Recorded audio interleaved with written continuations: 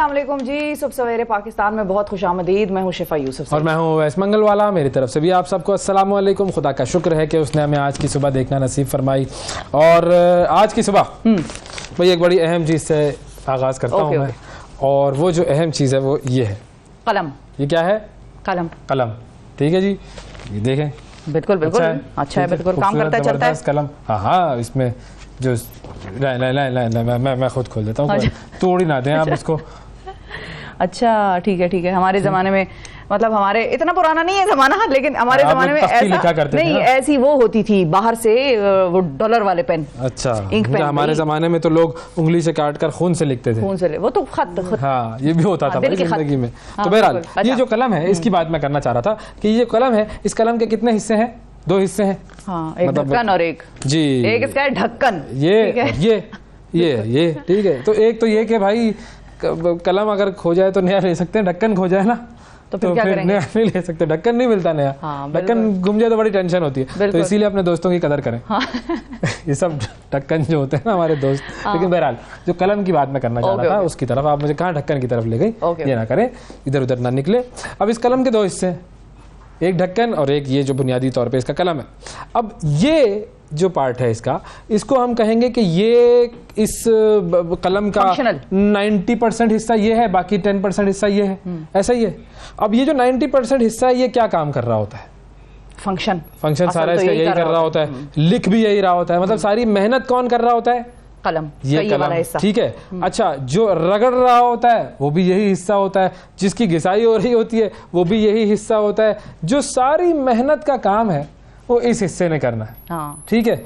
और ये हिस्सा ये यूं होता है, और जहां शोबाजी की बात आती है नजरिया वहां ये लगाया जाता है। और भाई जो हो बड़ा कलम रखा हुआ है। हालांकि इस हिस्से का कोई काम नहीं है, ये सिर्फ इसको कवर करने के लिए। लेकिन अगर ये नहीं होगी तो उसकी स्याही सूख जाएगी। उसकी स्याही सूख जाएगी, मगर बुनियादी मेहनत कौन कर रहा है? मेहनत उसकी है, लेकिन ये उसको सपोर्ट कर रहा है। सपोर्ट कर रहा है, लेकिन सपोर्टिंग रोल है। लेकिन जो दिखना है वो इसने दिखना है, नजर इसमें आना है। तो काम करता कोई है और नजर कोई आता है। Look busy do nothing.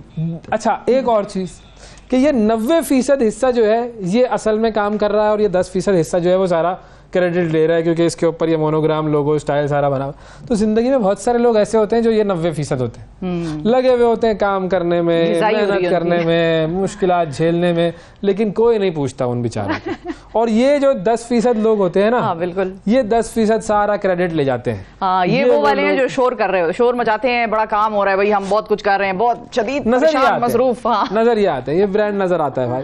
तो एक तो ये कि उन 90% लोगों की कदर कीजिए जो नज़र नहीं आ रहे होते हैं। हमारे प्रोग्राम की बात कर लें, हम 2 नज़र आ रहे हैं ना, बाकी सारे लोग नज़र नहीं आ रहे, तो उनकी कदर कीजिए। पहली चीज़ तो ये। मैं आपको कभी कभी सीरियस नहीं लेती है, वैसे मैं ये कन्फेस करूंगी।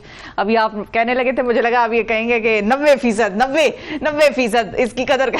ये मुझे लगा आप कहने लगे थे, मेरा एक्सप्रेशन नाजरीन को नजर आ गया होगा जब आपने ये बात की अचानक से कि हमारे पीछे आधे लोग नजर नहीं आ रहे, फिर मैं फौरन मुस्कुराई। हाँ, लेकिन देखिए बात मैंने सही की। हाँ, बात सही की, बिल्कुल। अच्छा, वो तो और चले, एक तो ये बात हो गई। और दूसरा ये कि कोशिश क्या करें कि वो बने जो 10% हो, टॉप के लोग बने। हाँ, ये टॉप पे ये बैठता है, टॉप पर जाकर ये टॉप पर बैठता है। 10% वाले बनने के लिए बड़ी मेहनत करनी पड़ती है। हाँ, वो भी कोशिश करो कि 10% वाले बनो।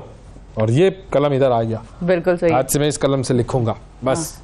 ठीक है, लिया है, ठीक है जी। तो ये क्या लिखूंगा ये वक्त बताएगा, क्योंकि कलम से लिखना जो है बड़ा मुश्किल काम है। इसीलिए कहते हैं कलम तलवार से ज्यादा ताकतवर होता है। हाँ। और कलम में से एक नुक्ता हटा दो तो क्या बन जाता है? कलम में से एक नुक्ता हटा दे, फिल्म। हाँ। बस फिल्में भी बड़ी हो जाती हैं इस चक्कर में। बिल्कुल सही है। तो अब हम आपको लेकर चलते हैं और दिखाते हैं 60 सेकंड्स न्यूज़। सदर ममलकत डॉक्टर आरिफ अलवी का किसी भी वक्त इलेक्शन की तारीख का ऐलान करने का इम्कान। वनडे क्रिकेट में भारत ने पाकिस्तान के खिलाफ सबसे बड़ी फतह हासिल कर ली, पाकिस्तान को 228 रन से शिकस्त। इंजरी के बाइस हारिस और नसीम की श्रीलंका के खिलाफ मैच में शिरकत मशकूक, टूर्नामेंट से बाहर होने का इम्कान। इराक जाने वाले 18 पाकिस्तानी ज़ायरीन बगदाद एयरपोर्ट पर फंस गए, गैर मुल्की एयरलाइन का अमला गायब। PIA का माली बहरान संगीन, परवाज़ें मुअत्तल और 15 तैयारे ग्राउंड होने का खदशा। इस्लाम मुखालिफ डच सियासतदान गैरेट वाइल्डर्स के कत्ल पर उकसाने का इल्ज़ाम। पाकिस्तान के साबिक क्रिकेटर खालिद लतीफ़ को 12 साल कैद की सज़ा सुना दी गई। अमेरिका में कोरोना केसेस में एक बार फिर इजाफा, नए कोविड बूस्टर्स की मंजूरी दे दी गई।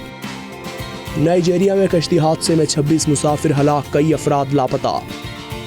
वैंकूवर में खालिस्तान रेफरेंडम में तकरीबन 1,30,000 सिखों ने वोट डालकर नया रिकॉर्ड कायम कर दिया। जी, ये थी 60 सेकंड न्यूज और इसमें सबसे अहम न्यूज, भारत ने पाकिस्तान को 228 रन से शिकस्त दे दी। 228 रन, बदतरीन शिकस्त इसको आप कहते हैं ना, ये है क्रिकेट में जो हुआ है पाकिस्तान के साथ। आप लोग उम्मीदें लगा के बैठे हुए थे कि पाकिस्तान की टीम बहुत अच्छा खेलती है और बड़े अच्छे खिलाड़ी और वगैरह वगैरह और वगैरह वगैरह। देख लें क्या कर दिया उन्होंने आपके साथ, देख लें। ये तो होना ही था वैसे। इससे पहले 2000 गालिबन 19 में, या पता नहीं, श्रीलंका ने हराया था 234 रन से पाकिस्तान को, 234 रन से। वो बदतरीन शिकस्त थी। उसके बाद ये सेकंड हाईएस्ट जो बदतरीन शिकस्त है, ये वो है पाकिस्तान की। बिल्कुल, लेकिन बस मेरा ये है थोड़ा सा कि लोग कल से बाबर को भी बड़ा कोस रहे हैं और बड़ा तो कोसे ना तो क्या करें। उनके साथ देखें हुआ क्या, उनका इधर आते हैं उधर जाते हैं, इधर आते हैं उधर जाते हैं। बेचारों को ना रेस्ट करने का मौका मिल रहा है, ना उनकी कोई और मतलब कोई एक्टिविटीज आ रही है। आप गेम खेल रहे हैं, उसके बाद थोड़ा सा आपको रिलैक्सेशन के लिए टाइम चाहिए। आपकी इतनी हेक्टिक, तेज, मतलब एग्रेसिव रूटीन है इस वक्त, उम्मीदें भी बहुत हैं, प्रेशर्स बहुत हैं, तो ऑल द मोर रीजन कि उनको रिलैक्सेशन के लिए कुछ थोड़ा सा वक्त देना चाहिए था। थोड़ा सा मतलब ठीक है, दरमियान में एक मैच हुआ, फिर आप वहीं रहे, जरा एक दिन आप जरा चहलकदमी आपने कर ली, जिम लगाया और ये सारी चीजें हुई, जरा रिलैक्स किया। तो टफ एग्रेसिव रूटीन थी। टफ तो था लेकिन भाई थोड़ी सी फाइट तो कर लेते यार, कम से कम ऐसा तो नहीं करते ना, मतलब ऐसा कि आप 125 रन बना के आउट हो जाएं। हाँ, ये पाकिस्तानी टीम थी कोई? क्या ये पाकिस्तानी टीम थी? उधर 350 रन बना लिए, आखिरी गेंद पे भी उसने छक्का मार दिया। कोहली, ओ माय गॉड भाई, वो कोहली। फोन लाइन इन करें यार, अब पब्लिक की बात करनी है। पब्लिक जरा अपनी राय का इजहार करे और बताए कि भाई पाकिस्तान का मैच जब उन्होंने देखा तो उनको कैसा फील हुआ। फोन लाइंस ऑन कर दें, नंबर स्क्रीन पे ले आए, अवाम बताएगी कि अवाम के दुख दर्द में कौन है उनका सहारा। दावा करेगा कौन करेगा रहनुमाई। उवैस भाई, ये है असल में हमारा नारा। लेकिन 228, देखो पहले ओवर से वो तो समझ में पता चल गया था मुझे कि आज हो गया काम। मेरी ट्वीट आप देखें, उसमें मैंने लिखा हुआ है कि आज डर लग रहा है भाई, आज डर लग रहा है। ये हो गया था काम, बिल्कुल। एक फीलिंग अंदर से आ जाती है और आप पहले तो लेकिन वो फीलिंग आपको आई कैसे, मतलब ये भी जरा एनालाइज भी करें ना। वो फीलिंग पहले ओवर में आपको कैसे आई, वो जो ट्वीट आपने की और वो आपको क्या नजर आया? हाँ, आप यकीन आ गया आपको मेरे एनालिसिस पर और आपको मेरे जो क्रिकेटिंग थोड़ी सी जो हल्की सी फुल्की सेंस है उस पे? क्रिकेटिंग की सेंस तो आपकी अच्छी खासी है, आपको चीजें बड़ी याद रहती हैं। आप ही मिर्जा इकबाल बेग बनेंगे एक वक्त के बाद। और लेकिन ये कि 2009 में श्रीलंका ने हराया था 234 रन से पाकिस्तान को, याद आ गया। अच्छा, तो बहरहाल कैसे लगा वो? मैं सोच रही हूँ कि वो जो बॉडी लैंग्वेज था ना, वो कम था। अग्रेशन पाकिस्तानी टीम के अंदर नहीं, इंडिया की टीम बैटिंग करने आई है, अग्रेशन के साथ आई थी। दे न्यू के हमने अटैक करना है और वो अटैक जो था वो इतना जबरदस्त अटैक चला उनका कि वो जो उनका शबनम गिल जो है, उसको मैं शबनम गिल कहता हूँ। वो शबनम गिल क्या खेलता है भाई, क्या वो आगे बढ़ के मार रहा था, किस तरीके से वो मार रहा था। शुभमन गिल जो है वो बड़ा जबरदस्त प्लेयर है भाई, बहुत ही मतलब बेहुदा हद तक अच्छा प्लेयर है वो। अच्छा, उनके कुछ प्लेयर्स बड़े जमे हुए हैं, मतलब आप अगर देखें, ये शुभमन गिल है, ये बड़ा जमा हुआ है। वो जो हार्दिक है वो उनका बड़ा जमा हुआ है, वो हो जाता है ऊपर नीचे लेकिन वो जमा हुआ है। फिर इसी तरह कोहली है, मतलब कोहली से भी अक्सर, कल तो खैर हमारी टीम अच्छी खासी प्रेशर में लग रही थी, मुझे ऐसा लग रहा था हमारी भी कोहली को देख के मुकम्मल तौर पर टांग गई थी हमारी, और हम हम नहीं खेल पाए। हम ऐसे ही प्रैक्टिस मैच करने के लिए आए थे, हम बस तफरी कर रहे थे और कुछ भी नहीं था। बिल्कुल, जो मार पड़ी। और मैंने कई मरतबा अपने भारतीय दोस्तों को मैसेज किया, देखो इतनी जोर से ना मारो। फिर उन्होंने क्या कहा? उन्होंने कहा भाई अब तो होगा, ये तो होगा। लेकिन कल बारिश भी ना हुई, कुदरत भी मेहरबानी उसने ना की, कुदरत की मेहरबानी। इंडिया का कल ये हाल था कि वो you touch everything anything and it turns into gold. ये वाला हिसाब किताब था इंडिया के साथ। हमारी मिस फील्डिंगें भी हो रही थी, उनके एजेस भी निकल रहे थे, और बहुत ही बुरा हाल था भाई कल तो हमारा। अच्छा चलो अब हम आपको थोड़ा सा रेस्ट देते हैं, आप मजीद एनालिसिस अपना भरें अंदर, चार्ज करें खुद को। कोहली पे भी एनालिसिस करता हूं। अहमदपुर शर्किया से खिलाड़ियों में शामिल कर लिया कोहली को, कोई शराफत है? हाँ ये भी है, बिल्कुल भारत बिल्कुल ऐसा ही है। अब्दुल अहद हमारे साथ मौजूद है अहमदपुर शर्किया से। अस्सलाम वालेकुम। वालेकुम जी सर बताएं, मैच देखा आपने? बिल्कुल बिल्कुल देखा हमने मैच। ये मैच मायूस कौन था हमारे लिए। हमें चाहिए कि हम अपनी परफॉर्मेंस को और जो है ना बेहतर करें। अच्छा कैसे करें? टीम कैसे सर कैसे? ऐसे में कि हमें चाहिए था कि यहाँ पे रिजवान एंड इस अपना इमाम को ओपनिंग देते। अच्छा ओके सही है, सही है। आप तो ओपनिंग को ही चेंज कर रहे हैं। इनकी ओपनिंग से हमें ये फायदा मिलता, एक लेफ्ट हैंडर होता है एक राइट हैंडर होता। सही है। जैसे हमारे लेफ्ट हैंडर देख रहे हैं हमें परफॉर्मेंस नहीं मिल रही, अपना फखर ओपनिंग पे नहीं कर रहे, हमें उन्हें चाहिए था कि मिडल ऑर्डर पे हम उन्हें खिलाते। अच्छा। इससे हमें काफी ज्यादा फायदा पहुंचे। जो हमारे बॉलर्स पिटे हैं बेचारे सर, हमारे बॉलिंग में हमें चाहिए था यहाँ पे मोहम्मद नवाज को खिलाना चाहिए था। हम स्पिनर को खिलाते एक और स्पिनर को खिलाते। स्पिनर तो चल नहीं रहे, वो शदाब बेचारा चल नहीं रहा। बिल्कुल हमने देखा था पहले भी स्पिनिंग में हमने शदाब ने पहली विकेट ली है। नहीं लेकिन वो पिछले मैच में 10 की 10 विकेटें हमारे पेसर्स ने ली थी। यार आप देखें ना कल वाले मैच में पूरे जितने ओवर हुए 29 ओवर हुए उसमें कोई विकेट आई नहीं आई, कोई भी नहीं आई कि बिल्कुल हमारे हारिस रऊफ बहुत अच्छी बॉलिंग कर रहे थे लेकिन वो इंजर्ड हो गए। इंजर्ड भी हो गया बेचारा। दूसरा भी इंजर्ड हो गया, नसीम शाह इंजर्ड। अब दो और दानी आएगा अब। चले ठीक है जी, बहुत शुक्रिया आपका, बहुत शुक्रिया सर, अपना एनालिसिस दिया। हाँ तो मैं विराट कोहली की बात कर रहा था। जी जी कोहली। कोई तरीका है, ये कोई इंसानियत है कि आप ऐसा खेलेंगे? अब 13 हजार रन बना लिया आप लोगों ने भाई। अब 13,000 रन भाई, फास्टेस्ट 13,000 रन बनाने वाला वो खिलाड़ी 122 रन बना गया 94 गेंदों पर। कोई शर्म नहीं है, कोई हया नहीं है भाई। ये आप इतना 2 दिन पहले जपियां डाल रहे थे हमारे खिलाड़ियों को, कोई एहसास ही कर लेता है। तो जपियां डालने का ये मतलब थोड़ी था कि मैं खेलूंगा नहीं। तोहफे दिए हमने, उसको बुमराह को बच्चा पैदा हुआ उसका हमने तोहफा दिया। कोई वो बुमराह जो है वो आके हमें ऐसी स्विंगें करा रहा है, कोई देख ही नहीं सक रहा, उसकी बॉल इतनी तेज जा रही है। हाँ ये भी है बिल्कुल। क्या फायदा इस तरीके से सारी बातें करने का भाई।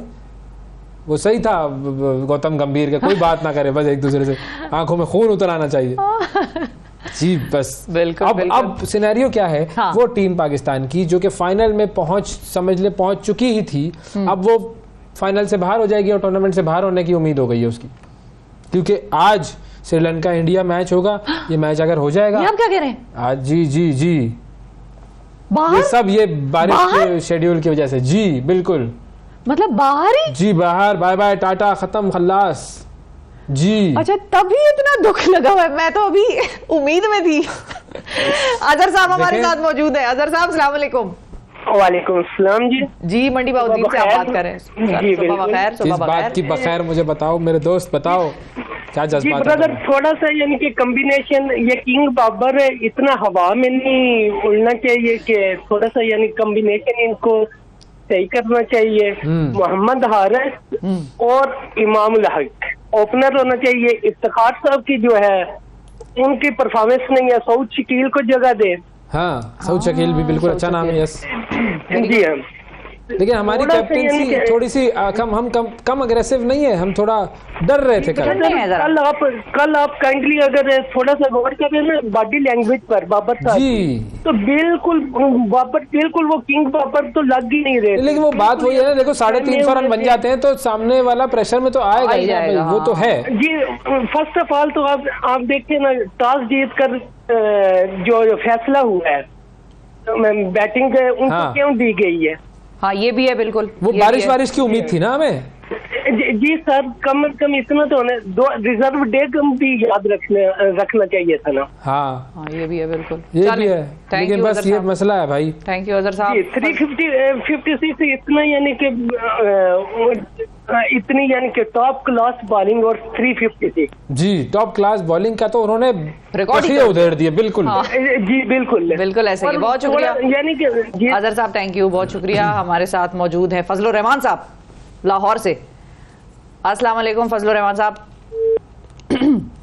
फजलुर रहमान साहब की लाइन ड्रॉप हो गई है मेरे ख्याल में। फजलुर रहमान साहब कहाँ हैं वो आजकल? वैसे बिलावल साहब निकल आए। हाँ वो तो निकला। फजलुर रहमान साहब ने नहीं, फजलुर रहमान साहब ने भी एक आधा स्टेटमेंट तो मेरा ख्याल है दिया है। उनके लोगों ने भी, पार्टी के लोगों ने भी कहा था कि फजलुर रहमान साहब उस वक्त कुछ इस किस्म की बात आई थी ना, फजलुर रहमान साहब के बारे में बात आई थी कि वो तो इलेक्शन कराने के हक में थे जब असेंबलियां जो है वो तहलील कर दी थी, लेकिन फिर उसके बाद जो है ये लोग आगे निकल गए और आगे ही बढ़ गए। खैर बहरहाल हम क्रिकेट पे आज जरा ज्यादा अफसोस। ये देखो कैसे गिर रहे हैं, ये देखो कैसे जो है वो चौके छक्के मार रहे हैं ये इंडिया वाले खिलाड़ी। आलम खान साहब अस्सलाम वालेकुम। जी वालेकुम सलाम। आलम भाई ये बताओ इंडिया का सबसे अच्छा खिलाड़ी कौन सा लगता है आपको? इंडिया के तो सबसे अच्छा खिलाड़ी की बात नहीं होती, मेरे ख्याल में टीम कॉम्बिनेशन की बात होती है। जब टीम जीतती है तो पूरे, तो कल तो उनका हर खिलाड़ी चल रहा था ना यार। जी जी एग्जैक्टली, लेकिन उनकी बारी भी सिर्फ 4 खिलाड़ियों की आई है। मुझे जो पाकिस्तान की टीम मैनेजमेंट पे वो है वो यह है कि हम बड़ा डिफेंसिव खेलते हैं और इसलिए हमने टीम में 4 ऑलराउंडर को लिया है, फहीम अशरफ, सलमान आगा, शादाब खान, इश्तिहार अहमद, क्योंकि हम सोचते हैं कि अगर ये बैटिंग ना करे तो बॉलिंग कर लेगा। बिल्कुल बिल्कुल, जो कि एक गलत स्ट्रेटेजी साबित हुई पाकिस्तान के लिए। और मेरे ख्याल में शादाब खान की मजीद जगह नहीं बनती क्योंकि वो जो बॉलिंग करता है वो गुगली की चक्कर में वाइस कैप्टन है सर। वो गुगली की चक्कर में लेग स्पिनर बोल दिया है और इसलिए उसके सारे बॉल स्ट्रेटर होती है। अच्छा। अगर वो अपनी लेग स्पिनर को ही इफेक्टिव बना ले, इतना इफेक्टिव बना ले कि उसकी बॉल में मूवमेंट आए तो वो विकेट लेगा ही लेगा। लेकिन वो गुगली की चक्कर में अपना लेग स्पिनर भूल गया और यही वजह है कि उसकी बॉल बिल्कुल स्ट्रेट होती है और उसको पढ़ते जाते।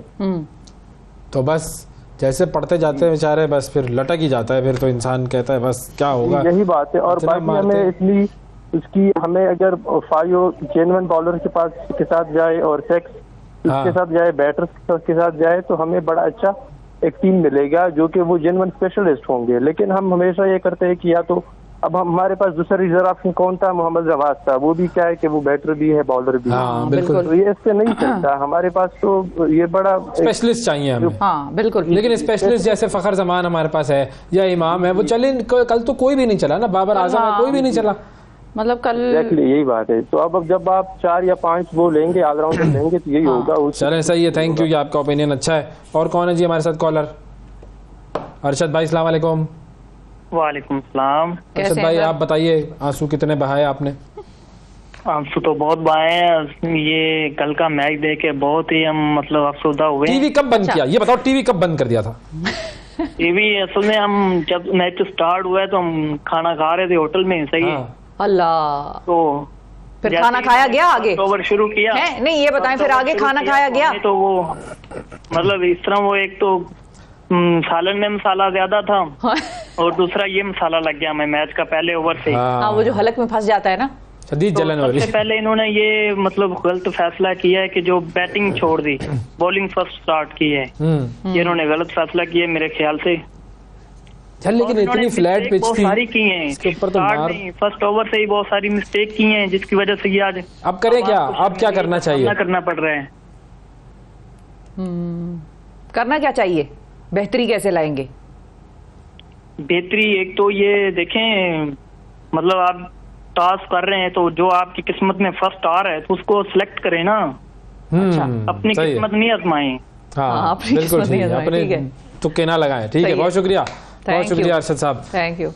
अरे भाई कॉलर्स का आज तो तांता बन गया है। दिल पे दुखती रग पे हाथ रखा हुआ है अली खान। अस्सलाम वालेकुम। वालेकुम सलाम सर। जी अली भाई बताइए, कौन सा खिलाड़ी आपको इंडिया का पसंद है? कोई दुआएं शुआएं कर लेते। खिलाड़ी तो सर जो पाकिस्तान टीम में खेलते हैं हमारे लिए सब स्टार ही हैं। और इंडिया वाले थोड़ा सा जी सर, और थोड़ा सा ना हमारे कैप्टन में कॉन्फिडेंस की कमी नजर आ रही है के मैच में। हालांकि बहुत अच्छा खिलाड़ी है, बेहतरीन खिलाड़ी है सर, इसमें कोई डाउट नहीं है कि बाबर आजम नंबर 1 वही दुनिया बाबर बाबर कर रही है। बिल्कुल, लेकिन बाबर में वो कॉन्फिडेंस नहीं नजर आ रहा था कल।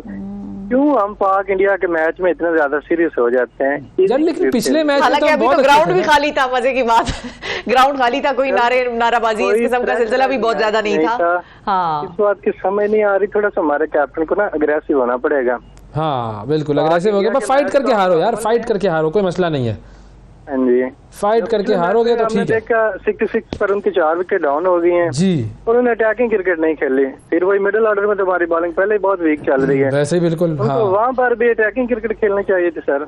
हाँ। और कल के मैच में स्कोर नंबर 1 टीम के लिए 356 रन कोई बड़े नहीं थे, लेकिन कॉन्फिडेंस ही नहीं था उनमें। नहीं सर, 358 बहुत बड़ा स्कोर होता है, लेकिन 50 ओवर में देखो पाकिस्तान ने अपने पिछले जो 4 मैचेस ऐसे गुजरे हैं पाकिस्तान के, देखिए ना कि नंबर 1 टीम है पाकिस्तान वर्ल्ड की। हाँ बिल्कुल सही है, नंबर 1 तो है। लेकिन हमने भी तो 350 और 400 के दरमियान रन बनाए हैं 50 ओवर के मैचेस में, ऐसा तो नहीं है कि हमने कभी नहीं बनाए। पिछले 4 ऐसे टारगेट्स जो कि हमने 300 से ऊपर के अचीव किए हैं, श्रीलंका को भी हराया, न्यूजीलैंड को भी हराया, ऑस्ट्रेलिया को भी हराया, हमने 300 से ऊपर के टारगेट अचीव किए हैं, लेकिन बस जरा हमारी कहाँ पे टांग गई थी बस। हाँ। चलो बहरहाल अल्लाह मालिक है। अब देखते ही हैं कि अगला मैच अगर हमारा वॉश आउट हो गया ना बारिश से, हाँ फिर उस पे तो रिजर्व डे भी नहीं रखा है। एक तो ये पता नहीं कौन सा जय शाह जो है आ गया है जो कि ऐसी चीजें कर रहा है, और बीच में टूर्नामेंट के बीच में रूल्स चेंज कर दिए। पाकिस्तान और भारत के मैच का रिजर्व डे होगा। क्यों होगा भाई? बाकी मैचेस में क्यों नहीं होगा? बाकी टीमों ने क्या गुनाह किया है? वो भी टीमें क्रिकेट खेलने के लिए आई हैं, तो उनको भी रिजर्व दे दो। ये तो उनके साथ डिस्क्रिमिनेशन है, उनको सीधा एहसास दिला रहे हैं आप कि भाई उनका मैच कोई नहीं देखता हमारे यहाँ। अब पाकिस्तान और श्रीलंका का मैच होगा, उसके अंदर आपका रिजर्व डे नहीं है। रिजर्व डे नहीं है तो बारिश से अगर वो मैच वॉश आउट हो जाएगा, 1-1 मिल जाएगा दोनों को पॉइंट, पाकिस्तान के लिए बाय बाय टाटा। ये होगा, उसका भी लगाओ फिर रिजर्व डे। नहीं तो वो डीएलएस मेथड वगैरह भाई नहीं हुआ मैच, अगर वॉश आउट हो गया तो कुछ नहीं हो सकेगा।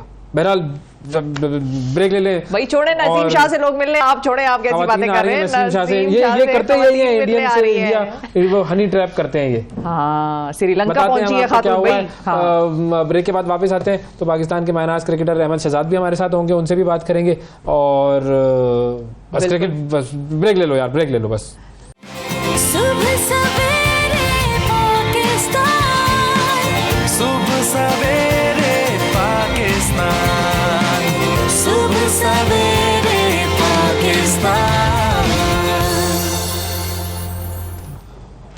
वेलकम बैक सुबह सवेरे पाकिस्तान में एक मरतबा फिर खुशामदीद। पाकिस्तान में मुकाबला इंडिया का जो मैच सारी दुनिया ने कल देखा, और उसके बाद हमारी आंखों से आंसू बस थमने का नाम नहीं ले रहे, लेकिन होता है क्रिकेट में, ऐसा होता है। अब अगला मैच भी है, देखते हैं कि उसमें क्या होगा। हम तो फाइनल की उम्मीदें लगा के बैठे हुए थे, फाइनल में पता नहीं पाकिस्तान पहुंचेगा नहीं पहुंचेगा, अल्लाह ताला पहुंचाने वाला है, कुछ ना कुछ होगा मामला इंशाल्लाह। लेकिन क्रिकेट पर भी बात करनी है हमने, और एक और मामला हुआ। वो मामला क्या था जी? वो बड़ा खूबसूरत मामला था, और आपको नाजरीन याद होगा गुज़िश्ता माह फैसलाबाद और जड़ांवाला में जिस तरह हजूम ने हमारी मसीही बिरादरी की इबादतगाहों और उनके घरों को नुकसान पहुंचाया, तोड़ फोड़ की, नजर आतिश किया, उसकी हर शख्स ने पाकिस्तान में मजम्मत की, और वाक़े के बाद बड़ी तादाद में गिरफ्तारियां भी हुई, लेकिन मुतासरीन की दिलजोई करने का फ़र्ज़ जो है वो अभी बाकी था।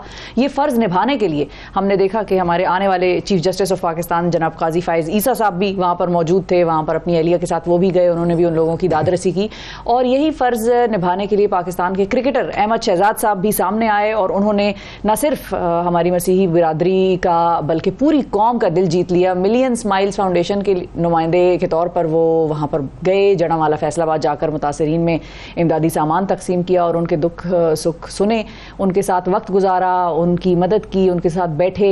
और अहमद शहजाद ने अपने चैरिटी के काम की कुछ झलकियाँ जो हैं वो एक वीडियो के जरिए सोशल मीडिया पर जब पोस्ट की तो दुनिया ने उनकी रीट्वीट्स और वो सब सिलसिला फिर चल पड़ा। हमने भी सोचा कि अहमद शहजाद साहब से इस हवाले से बात करनी चाहिए। और यहाँ पर ये भी बता दूँ कि हमारे निगरान वज़ीर आज़म साहब भी जड़ांवाला गए, उन्होंने भी वहाँ का दौरा किया, तो मैंने कहा कि सब लोगों का हम बता दें, जिन भी मेन हस्तियों ने वहाँ पर जाकर उन लोगों के साथ उनके दुख सुख में शमूलियत इख्तियार की, उनमें ये शख्सियात जो हैं वो काबिल ज़िक्र है।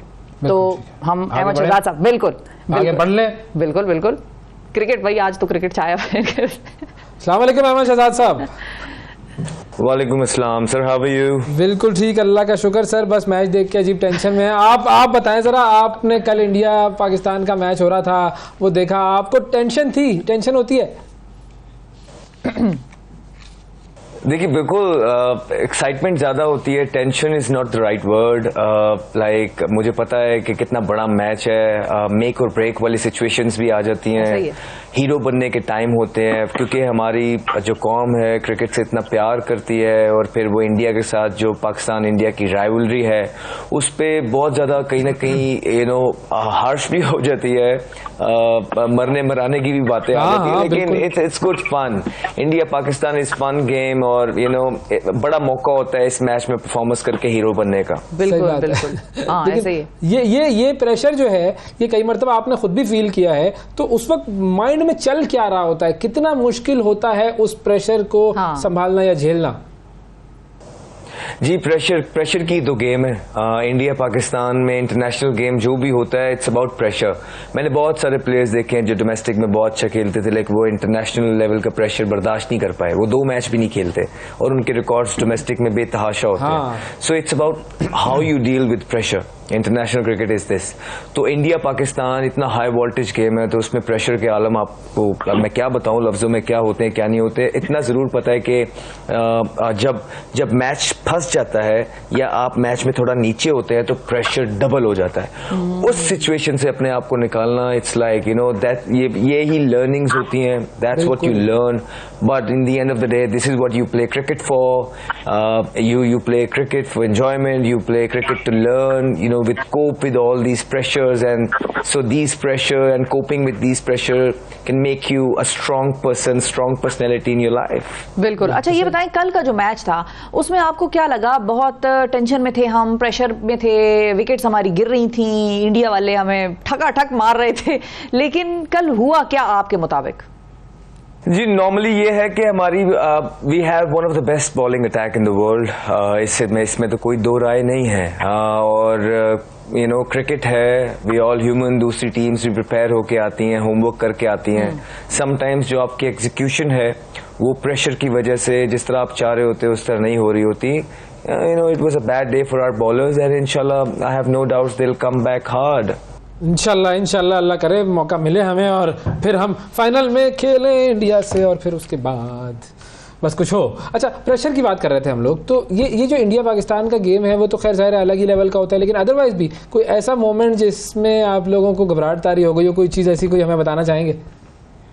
ऐसा तो बहुत दफ़ा होता है कि इतनी बड़ी बात होती नहीं है जितनी अक्सर मीडिया पे बना दी जाती है. ऐसे एक दफा नहीं, काफी दफा हुआ है. लेकिन एट द सेम टाइम जिस तरह मैंने आपको बोला है कि हमारे लोग क्रिकेट से प्यार बहुत ज्यादा करते हैं, और फिर वो जब मीडिया देखते हैं, टीवी देखते हैं, या पाकिस्तान टीम कभी अच्छा नहीं करती है तो उनको दुख भी होता है, फिर उनको गुस्सा भी आता है. बिल्कुल. स्लोली ग्रेजुअली जो हमारी यूथ है, ये यंगर जनरेशन जो अब नई जनरेशन आ रही है, I think they understand cricket really well. ये सिर्फ हमें छिक्के चौके मारता देखना नहीं चाहते हैं. They try to understand the game, और फिर उसके हिसाब से अगर उनको कभी लगता है कि हाँ यार दूसरी टीम भी अच्छा खेल रही है, उनको क्रेडिट जाता है, तो वो अब देने लग गए हैं. सो स्लोली ग्रेजुअली अब कोशिश ये कर रहे हैं, हमारी भी यही कोशिश होती है जब टीवी पे बैठे हैं, अगर नहीं खेल रहे, एज एन एक्सपर्ट बैठे हुए हैं, तो लोगों को सही रास्ता बताएं और सही क्रैक डाउन करके दिखाएं और सही तस्वीर दिखाएं कि आखिरकार ये क्रिकेट क्या है. लोगों को, हमारे बच्चों को एजुकेट करने की कोशिश करते हैं ताकि वो इसको एज ए स्पोर्ट एंजॉय ज्यादा कर सकें. हाँ. अच्छा, टॉकिंग ऑफ स्पोर्ट, हमने अपने प्रोग्राम के जरिए उन स्पोर्ट्स को भी बड़ा हाईलाइट करने की कोशिश की है, उन खिलाड़ियों को कि जो दीगर गेम्स खेलते हैं. मिसाल के तौर पे जेवलिन प्लेयर्स हैं, ओलंपिक्स हैं, पैरा ओलंपिक्स हैं, गर्ल्स क्रिकेट टीम को हमने बड़ा जो है वो कवरेज दी है. अच्छा, फुटबॉल हो, हॉकी हो, इन सब का हमसे एक गिला होता है, खैर मीडिया से भी होता है, हमारे शो में भी आते हैं तो वो इजहार इस चीज़ का करते हैं कि भाई क्रिकेट को बहुत ज़्यादा लाइमलाइट मिलती है, क्रिकेट को बहुत ज़्यादा देखा और आप लोग दिखाते भी बहुत हैं, ज्यादा बात होती है, क्रिकेट की ज्यादा वाह होती है. हम भी जीत कर आए हैं, वही अरशद नदीम की सारी सिलसिला चला उस वक्त पहले जब वो जीत कर आए थे, और उनका मतलब बहुत सारे लोगों का ये गिला होता है, हम जीत कर आते हैं, हमें कोई पूछता नहीं है, और वो हार जाते हैं तो उनकी इतनी डिस्कशन हो रही होती है. ये चीज आपको भी फील हुई कि हम ज्यादा तवज्जो जो है वो क्रिकेट पर देते हैं और बाकियों को निगलेक्ट कर देते हैं? जी बिल्कुल, आप ठीक बोल रही हैं, ऐसी बात नहीं है, आप बिल्कुल ठीक कह रही हैं. कहीं ना कहीं जो पहले हॉकी था, हमारी नेशनल गेम थी, अब आप देखें कि हॉकी बिल्कुल डेड है, टाई डाउन. होपफुली इंशाल्लाह ताला कुछ ऐसे प्लेयर्स आए, कोई 3-4 ऐसे प्लेयर आए कि उस टीम को दोबारा से खड़ा किया जाए, उनका इंफ्रास्ट्रक्चर को बेहतर किया जाए. बिकॉज मुझे अभी भी लगता है कि पाकिस्तान में हॉकी का बहुत ज़्यादा टैलेंट है. So given the right people with them associated with support, मुझे लगता है कि हॉकी एक ऐसी चीज़ है जिसको मतलब डाई डाउन नहीं होना चाहिए था जिस तरह हो गई। सो अब उसके बाद फिर क्रिकेट है, अब लोगों का रुझान क्रिकेट की तरफ है। बाकी जरा स्पोर्ट्स हैं वो इतना उनको पाकिस्तान में रिकग्निशन नहीं मिलती है, इतनी उस तरह सपोर्ट नहीं मिलती है। तो आई थिंक बिल्कुल ठीक बोल रही है, मिलनी चाहिए क्योंकि ये चैंपियंस हैं और बहुत टैलेंटेड हैं। बाकी दुनिया जो है most of the sporting world जो है वो अपनी स्पोर्ट्स को बहुत ज्यादा अहमियत देती है। हमें भी चाहिए एज कॉम एज नेशन कि हम अपने जो एथलीट्स हैं, be it cricketers, be it from other sports, हम उनको अपॉर्चुनिटीज प्रोवाइड करें, हम उनको financial support, financial help provide करें। We make sure we try to identify good talent और फिर उनको ग्रूम करें और उनको इंटरनेशनल सतह पे भेजें ताकि वो अपना करियर बना सके और पाकिस्तान को मेडल्स लेके आ सके, पाकिस्तान के लिए मेडल्स लाएं। सो आई थिंक इस चीज में थोड़ी सी हम we are lacking as nation, but we can only hope that someday inshallah ta'ala as we will be recognized as sporting nation as well, जिसमें स्पोर्ट्स को बहुत ज्यादा तरजीह दी जाती है, सिर्फ मीडिया पे नहीं, एक्चुअली हकीकत में भी। बिल्कुल सही कहा आपने। अच्छा, अब आ जाते हैं उस मामले की तरफ जो आपकी ट्वीट थी। आप गए जड़ावाला, आपने वहां पर लोगों से मुलाकात की। क्या मोटिवेशन थी जब आप जड़ावाला गए और क्या सोच थी जो कि आपको वहां पर लेकर गई? देखिए, as a human, as a Muslim, जब इतना बड़ा इंसिडेंट होता है तो मेरा नहीं ख्याल है कि कोई मोटिवेशन आपको चाहिए होती है इसे ऐसे इंसिडेंट को कंडेम करने के लिए। इट्स जस्ट ह्यूमिलिटी और ह्यूमैनिटी दैट आपको अंदर से एक आवाज आती है दैट दिस इज रॉन्ग। बिल्कुल। बहुत सारी चीजें जब पाकिस्तान में होती है, बहुत सारे लोग, सेलिब्रिटीज उस पर बात करते हैं, लेकिन मैंने देखा नहीं कि ये जो जड़ावाला वाला जो इंसिडेंट हुआ है क्रिश्चियन कम्युनिटी के साथ, इस पे ज्यादा लोग बढ़ चढ़ के कहीं गए हो। सो ये एक मुझे था कि यार नहीं, आई थिंक मुझे जाना चाहिए, इवन दो मेरा डोमेस्टिक का सीजन स्टार्ट हुआ है। सो ये हमारा प्लान बना और फिर मैंने अपने कोच से एक दिन का ऑफ लिया, और फिर हम जब गए वहां पे जाके जो सारे इंसिडेंट वाली लोकेशन जो थी, जो चर्चेस जलाए गए और जो घर जलाए गए, और जब उन माओं से मेरी बात हुई कि किस तरह जब सुबह के 5 बजे अनाउंसमेंट्स हो रही थी और वो अपने गोद में बच्चे लेके जब कोई खेतों की तरफ भाग रहा है और कोई फसलों की तरफ भाग रहा है, कोई सड़कों पे जा रहा है, 20 से 25 से 30 घर तकरीबन गालिबन जलाए गए। तो आप खुद ही सोचिए कि बहुत सारी माएँ थी जिनके गोद में बच्चे थे और छोटे बच्चे थे, उन पे क्या उस टाइम पे कितना ट्रॉमेटाइज होंगे वो, और उनकी वो किस कैफियत में उस टाइम पे होंगे। शायद उनको ये भी नहीं पता होगा कि उनमें से कोई उनके साथ क्या होने वाला है, गॉड फॉरबिड। सो आज ज्यादा तो कुछ कर नहीं सकते हैं, लेकिन जब मैं वहाँ गया, उनसे मिला, तो एटलीस्ट वो जो एक स्माइल्स थी उनके चेहरे पे वो मैंने देखी, because in the end of the day ये सब पाकिस्तानी है। और हमारा पाकिस्तान किसी एक मजहब का नहीं है, ये हम सब का है। जो इस खित्ते में, इस मुल्क में रहता है, ये हमारी जिम्मेदारी है कि हम उनको अपने साथ लेके चलें, बीट माइनॉरिटीज या जो भी हैं। तो मेरे ख्याल से एक छोटी सी कोशिश थी जो कि अल्लाह ताला उन सबको खुश रखे, आबाद रखे और राह रख पे। बिल्कुल बिल्कुल, और खूबसूरत आपका ये जेस्चर था, और बिल्कुल हम बहुत चाहे उनके लिए कुछ कर सकें या ना कर सकें, कम से कम यही बताना उनके लिए बड़ा जरूरी है कि भाई हमें आप याद हैं। और वो भी जाहिर है इसी चीज को, वो पैसे या कोई चीज या इमदाद के लिए शायद नहीं बैठे हुए, वो बस ये चीज देखकर शायद उनके चेहरों पर मुस्कुराहटें आई कि भाई देखो ये एक बंदा आया है हमसे मिलने, तो ये चीज इंपॉर्टेंट है। अच्छा, ये बताएं, how was your day there? आपने उन लोगों के साथ जाहिर है वक्त गुजारा, कैसा टाइम गुजरा, क्या आप लेके गए उनके लिए, if you don't mind me asking, और किस तरह से वो लोग आपके साथ बात कर रहे थे? जाहिर है कुछ खवातीन बड़ी इमोशनल भी वो वीडियोस में हमें नजर आई कि वो रो भी नहीं थी, क्या कह रही थी वो आपको? बहुत सारी खवातीन जो थी वो देवर इन टीयर्स। और क्या दे सकते हैं आप उनको जितना भी कुछ दे दें वो कम ही रहेगा, बिकॉज मेरे ख्याल से जो वो ट्रॉमा हम दे चुके हैं उन्हें, वो कोई भी पैसे, कोई भी इमदाद, कोई भी मदद वो पूरा कर नहीं सकती है। नंबर 1, उससे बढ़ के आई थिंक वो जो ट्रस्ट डेफिसिट पैदा हो गया है माइनॉरिटीज के अंदर, इट्स अ बिग थिंग। वो जो ट्रस्ट डेफिसिट है अब उनके अंदर, वो किस तरह निकलेगा, ये सोचने वाली बात है। लाइक इमदाद, मदद, पाकिस्तान, पाकिस्तानी, ये हम मशहूर हैं कि इस चीज में बढ़ चढ़ के हम आगे हिस्सा लेते हैं, वो तो ठीक है, लेकिन वो जो ट्रस्ट डेफिसिट है उन लोगों के अंदर, वो कुछ भी करते हुए अब इस मुल्क में घबराएंगे। आई थिंक उसको वो जो फासले हैं उसको अब कम करना है। और हमारी जो अथॉरिटीज हैं, आई थिंक गवर्नमेंट के जो लोग हैं, जो सीनियर्स हैं, बड़े हैं, जिनका ये काम है, आई थिंक उनको इस चीज पे काम करना चाहिए। स्पेशली ये जो क्रिश्चियन वाला वाकया हुआ है जड़ावाला के अंदर, के वो उनके साथ वो जो ट्रस्ट है वो बहाल किया जाए, उनको श्योरिटी दी जाए, because they were in tears, they were crying. और वो क्या कह रही थी, क्या नहीं कह रही थी, अब वो मैं टीवी पे क्या बताऊं आपको, लेकिन मैं इतना जरूर कहना चाहूंगा कि बहुत दिल दहला देने वाले मंजर थे। उनके चर्चेस जले हुए थे जो कि रीबिल्ड हो रहे हैं। आई थिंक गवर्नमेंट की तरफ से गालिबन 20-20 लाख रुपया उनको मिला है, जो कि आई डोंट नो विद वो इनफ है कि नहीं, बिकॉज वो तो यही बोल रहे हैं कि 20 लाख में मतलब वो क्या बनाएंगे। 20 लाख में आजकल आप खुद बताइए, जहाँ पे डॉलर जा रहा है, इकॉनमी है, वहाँ पे वो क्या बना सकते हैं। तो आई थिंक थोड़ा सा उनको साथ लेके चलना है, उनको पीछे नहीं छोड़ना है। ये सबसे बड़ी बात होगी। जो हमारे इदारे हैं या जो हमारी गवर्नमेंट है, उनको थोड़ा सा उनकी तरफ आप प्यार से उनको साथ लेके चलने की जरूरत है, बातचीत करने की। बिल्कुल ज्यादा। अब ज़ाहिर जब आप जाएंगे और बहुत सारे लोग वहाँ जाएंगे तो वो जो ट्रस्ट डेफिसिट है वो इसी तरीके से कम होगा। लेकिन एक चीज़ हम देखते हैं, हमारे यहाँ पर इस तरह के वाक़यात कम होते हैं, और अगर होते भी हैं उसमें बहुत सारे फैब्रिकेटेड बनाए जाते हैं, मतलब अपने मजमूम मकासद को हासिल करने के लिए लोग इस तरह के इश्यूज बना देते हैं। तो हमारी सोसाइटी में जनरली एक्सट्रीमिज्म कम है, अगर हम कंपेयर करें इंडिया की बात करें अगर हम, तो इस तरह के वाक़यात या जो भी छोटे मोटे हो रहे हैं तो वो किस तरह हो रहे हैं, वो क्यों हो रहे हैं, आपको क्या रीज़न नज़र आता है?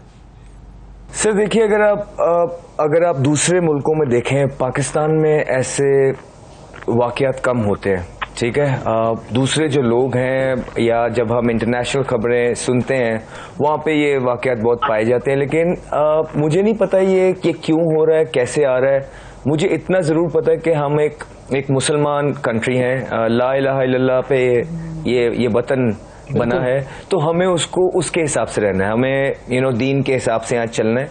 हमें यहाँ पे वो चीज़ें लेके चलनी है जो हमारे नबी पाक की तालीमात हैं, हमारे दीन ने हमें सिखाया है, और उसको कायम करना है। मुझे नहीं पता ये कैसे होता है, कैसे नहीं होता है। आई एम श्योर जिन लोगों को ये काम है उनको ये ज़्यादा पता होगा, लेकिन मुझे एक चीज़ ज़रूर पता है कि ये हम मुसलमान मुल्क हैं, और हमारी जो नबी पाक सल्लल्लाहु अलैहि वसल्लम की तालीमात है, हमने उसको कायम करना है और उस तरह लेके चलना है, अदरवाइज मुश्किल हो जाएगा, अदरवाइज बहुत मुश्किल हो जाएगा। अच्छा, मैंने ये भी देखा, आपकी वीडियोस भी कुछ देखी जिसमें आप माशाल्लाह रिलीजियस स्कॉलर्स वगैरह जो हैं उनसे भी मुलाकातें करते हैं। तो जब उनसे मुलाकात होती है तो उससे क्या आपकी पर्सनल ज़िंदगी में चेंज आता है, क्या चीज़ सीखते हैं आप?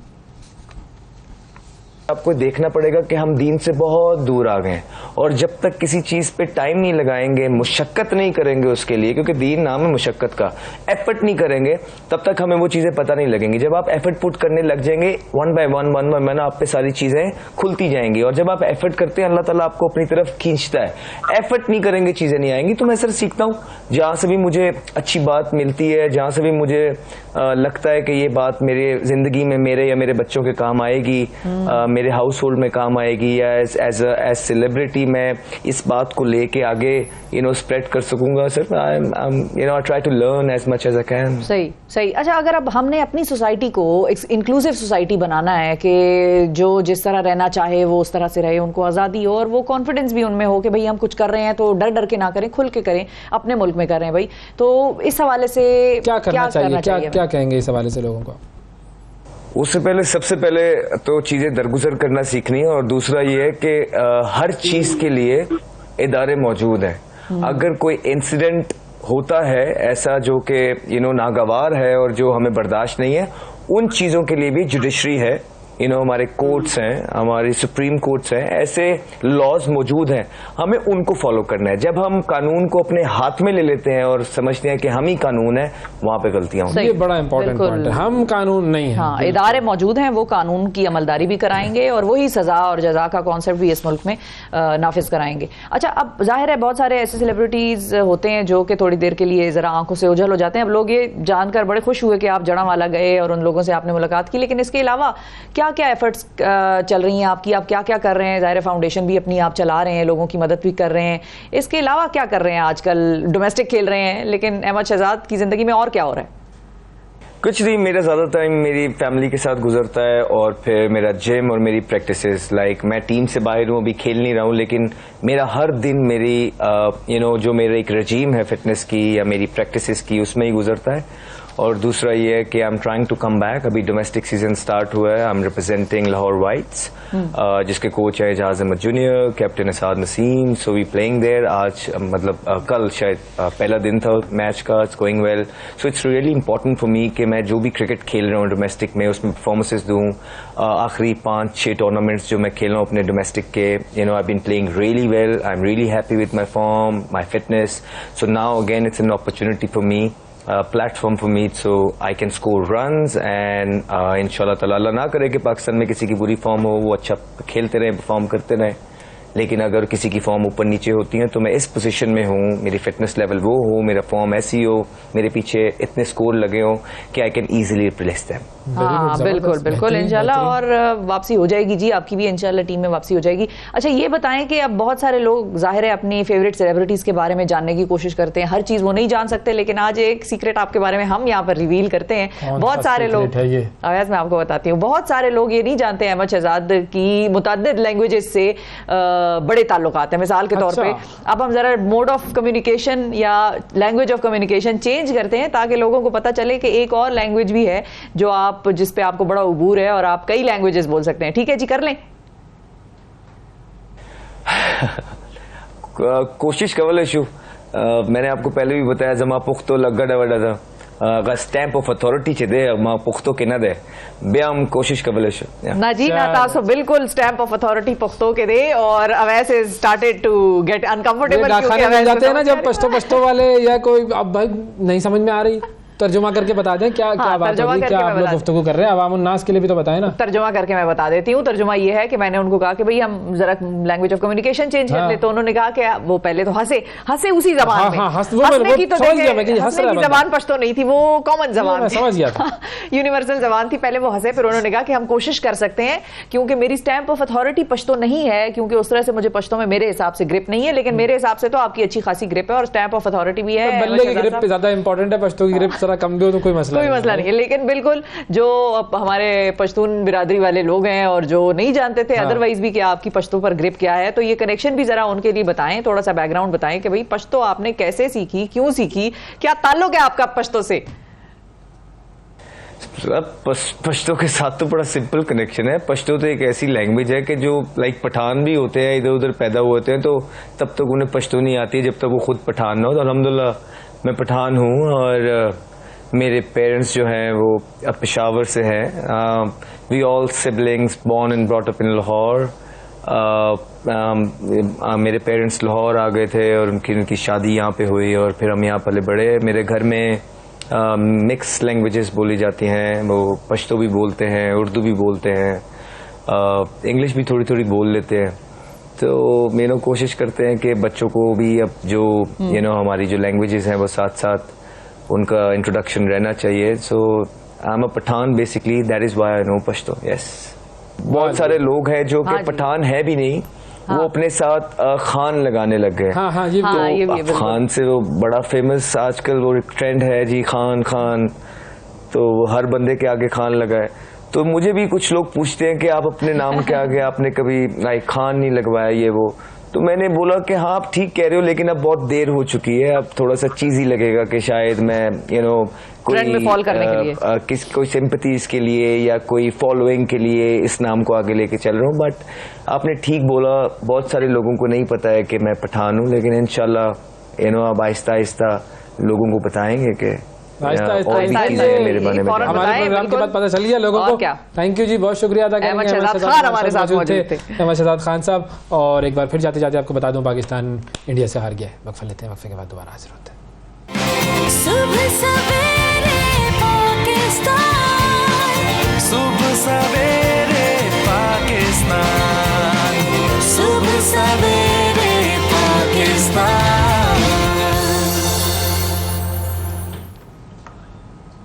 वेलकम बैक सुबह सवेरे पाकिस्तान में एक मरतबा फिर खुशामदीद। मौजे हम अगर अपनी ज़िंदगी में देखना चाहें तो मेडिकल साइंस या साइंस जो है उसकी मदद से हम बहुत सारे मौजे देख सकते हैं। और एक ऐसा ही मौजा, एक ऐसा बच्चा पैदा हुआ है मुजफ्फरगढ़ में और अब वो मुल्तान में है। उस बच्चे की सूरत हाल कुछ यूँ है कि उस बच्चे की पैदाइश के बाद ये पता चला कि उसका दिल उसके जिस्म से बाहर है और वो बाहर जो जिस्म के जो दिल है वो धड़क रहा है, पंपिंग कर रहा है, यानी कि दिल का जो काम है वो हो रहा है और वो पंपिंग जो है उसकी चल रही है, लेकिन वो दिल उसके जिस्म के अंदर नहीं है बल्कि वो जिस्म के बाहर, उसके जिस्म के बाहर है। अच्छा, अब इस हवाले से हमने इस पूरी जो टीम के लीडर जो डॉक्टर हैं, डॉक्टर काशिफ चिश्ती साहब जो कि सर्जन हैं, पीडियाट्रिक सर्जन हैं, उनसे हमने रब्ता किया, उनसे हमने बात की वो अब इस बच्चे का इलाज कैसे होगा और किस तरीके से इसके दिल को दोबारा से क्या बॉडी के अंदर ले जा सकते हैं या नहीं ले जा सकते,